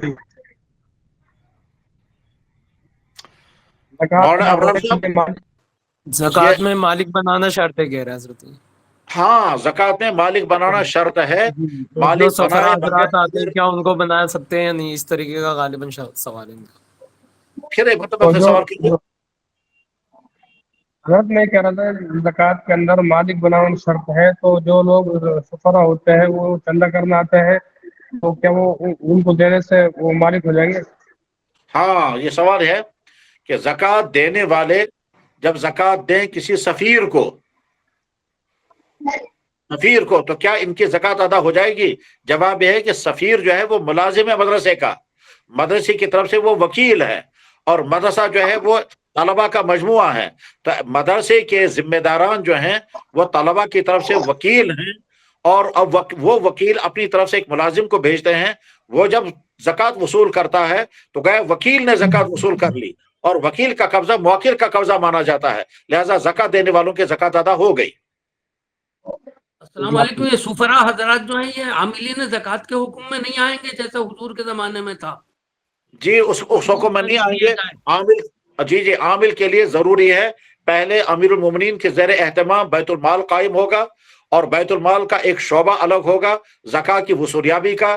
फिर उसके लिए मुलाजिम रखे जाएंगे, वो जो मुलाजिम ज़कात वसूल करके लाएंगे उस ज़कात के जमा होने के बाद इसी ज़कात में से इन आमिलीन को ज़कात भी दी जाएगी। यानी गोया कहा यह जाएगा कि भाई तुम्हारा डिपार्टमेंट अलग है, तुम्हारा इदारा अलग है, इस इदारे के तुम मुलाजिम हो, इस इदारे का काम है ज़कात वसूल करना, और ज़कात वसूल होकर जब आएगी तो जैसे उस ज़कात में से हम गरीबों को देंगे वैसे तुम्हारी तनख्वाह भी देंगे। लेकिन आज खुद लोग इदारे कायम करें और यतीम खाने बनाएं, या इसी तरह से रिफाई इदारे बनाएं या मदरसे वाले, और फिर अपने आप को समझे आमिल, तो नहीं, वो ज़कात आमिलीन में दाखिल नहीं है। अच्छा, दूसरा सवाल ये है मेरा कि मेरे मतलब में मिक़दार निसाब से कम दवाएं हैं, तो क्या उन मिक़दार निसाब से कम दवाइयों पर भी ज़कात होगी? जी हाँ, जब मिक़दार निसाब से कम दवा है तो उस पर ज़कात नहीं होगी। लेकिन उसके बाद अगला सवाल यह है, मिक़दार निसाब से कम आपके मतलब में दवाएं हैं, और इधर से अगर आपकी जेब में कुछ रकम है, आपके अकाउंट में कुछ पैसा है, तो इन दोनों को जमा करके फिर मजमुआ निकालना होगा। अगर वो उतना बनता है तो फिर ज़कात लाजिम होगी। नहीं जी, जैसे आपने फरमाया था कि 1-2 बकरियां भी हैं उसके पास, मतलब बिक्री की, तो उस पर ज़कात होगी। वो तो मिक़दार निसाब से कम है बकरियां। हाँ, वो अलग मसला ये दरअसल ये दो अलग अलग निसाब का मसला है कि निसाब अगर अलग अलग हो तो हर निसाब मुकम्मल होना जरूरी है या नहीं। अगर आपके पास रकम है, अगर आपके पास रकम है और वो रकम अलग है और इसके अलावा माल तिजारत है, तो माल तिजारत अलग है, रकम अलग है। इस माल तिजारत जब वो मुकम्मल बन जाएगा, जब निसाब के मुताबिक, तो उसकी ज़कात अलग देनी होगी, और जब आपके पास रकम है उसकी निसाब, वो निसाब अलग है, वो जब मुकम्मल निसाब बनेगा तब उसकी ज़कात लाजिम होगी।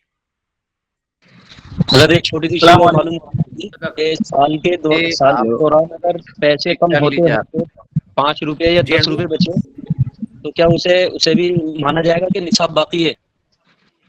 सवाल एक मतलब फिर दोहरा दीजिए। हजरत मैं ये कह रहा था कि दौरान साल पैसे कम होते होते 5 रुपए या 10 रुपए बचे बिल्कुल थोड़ी सी मिकदार में, तो क्या अभी समझा जाएगा कि निसाब बाकी है?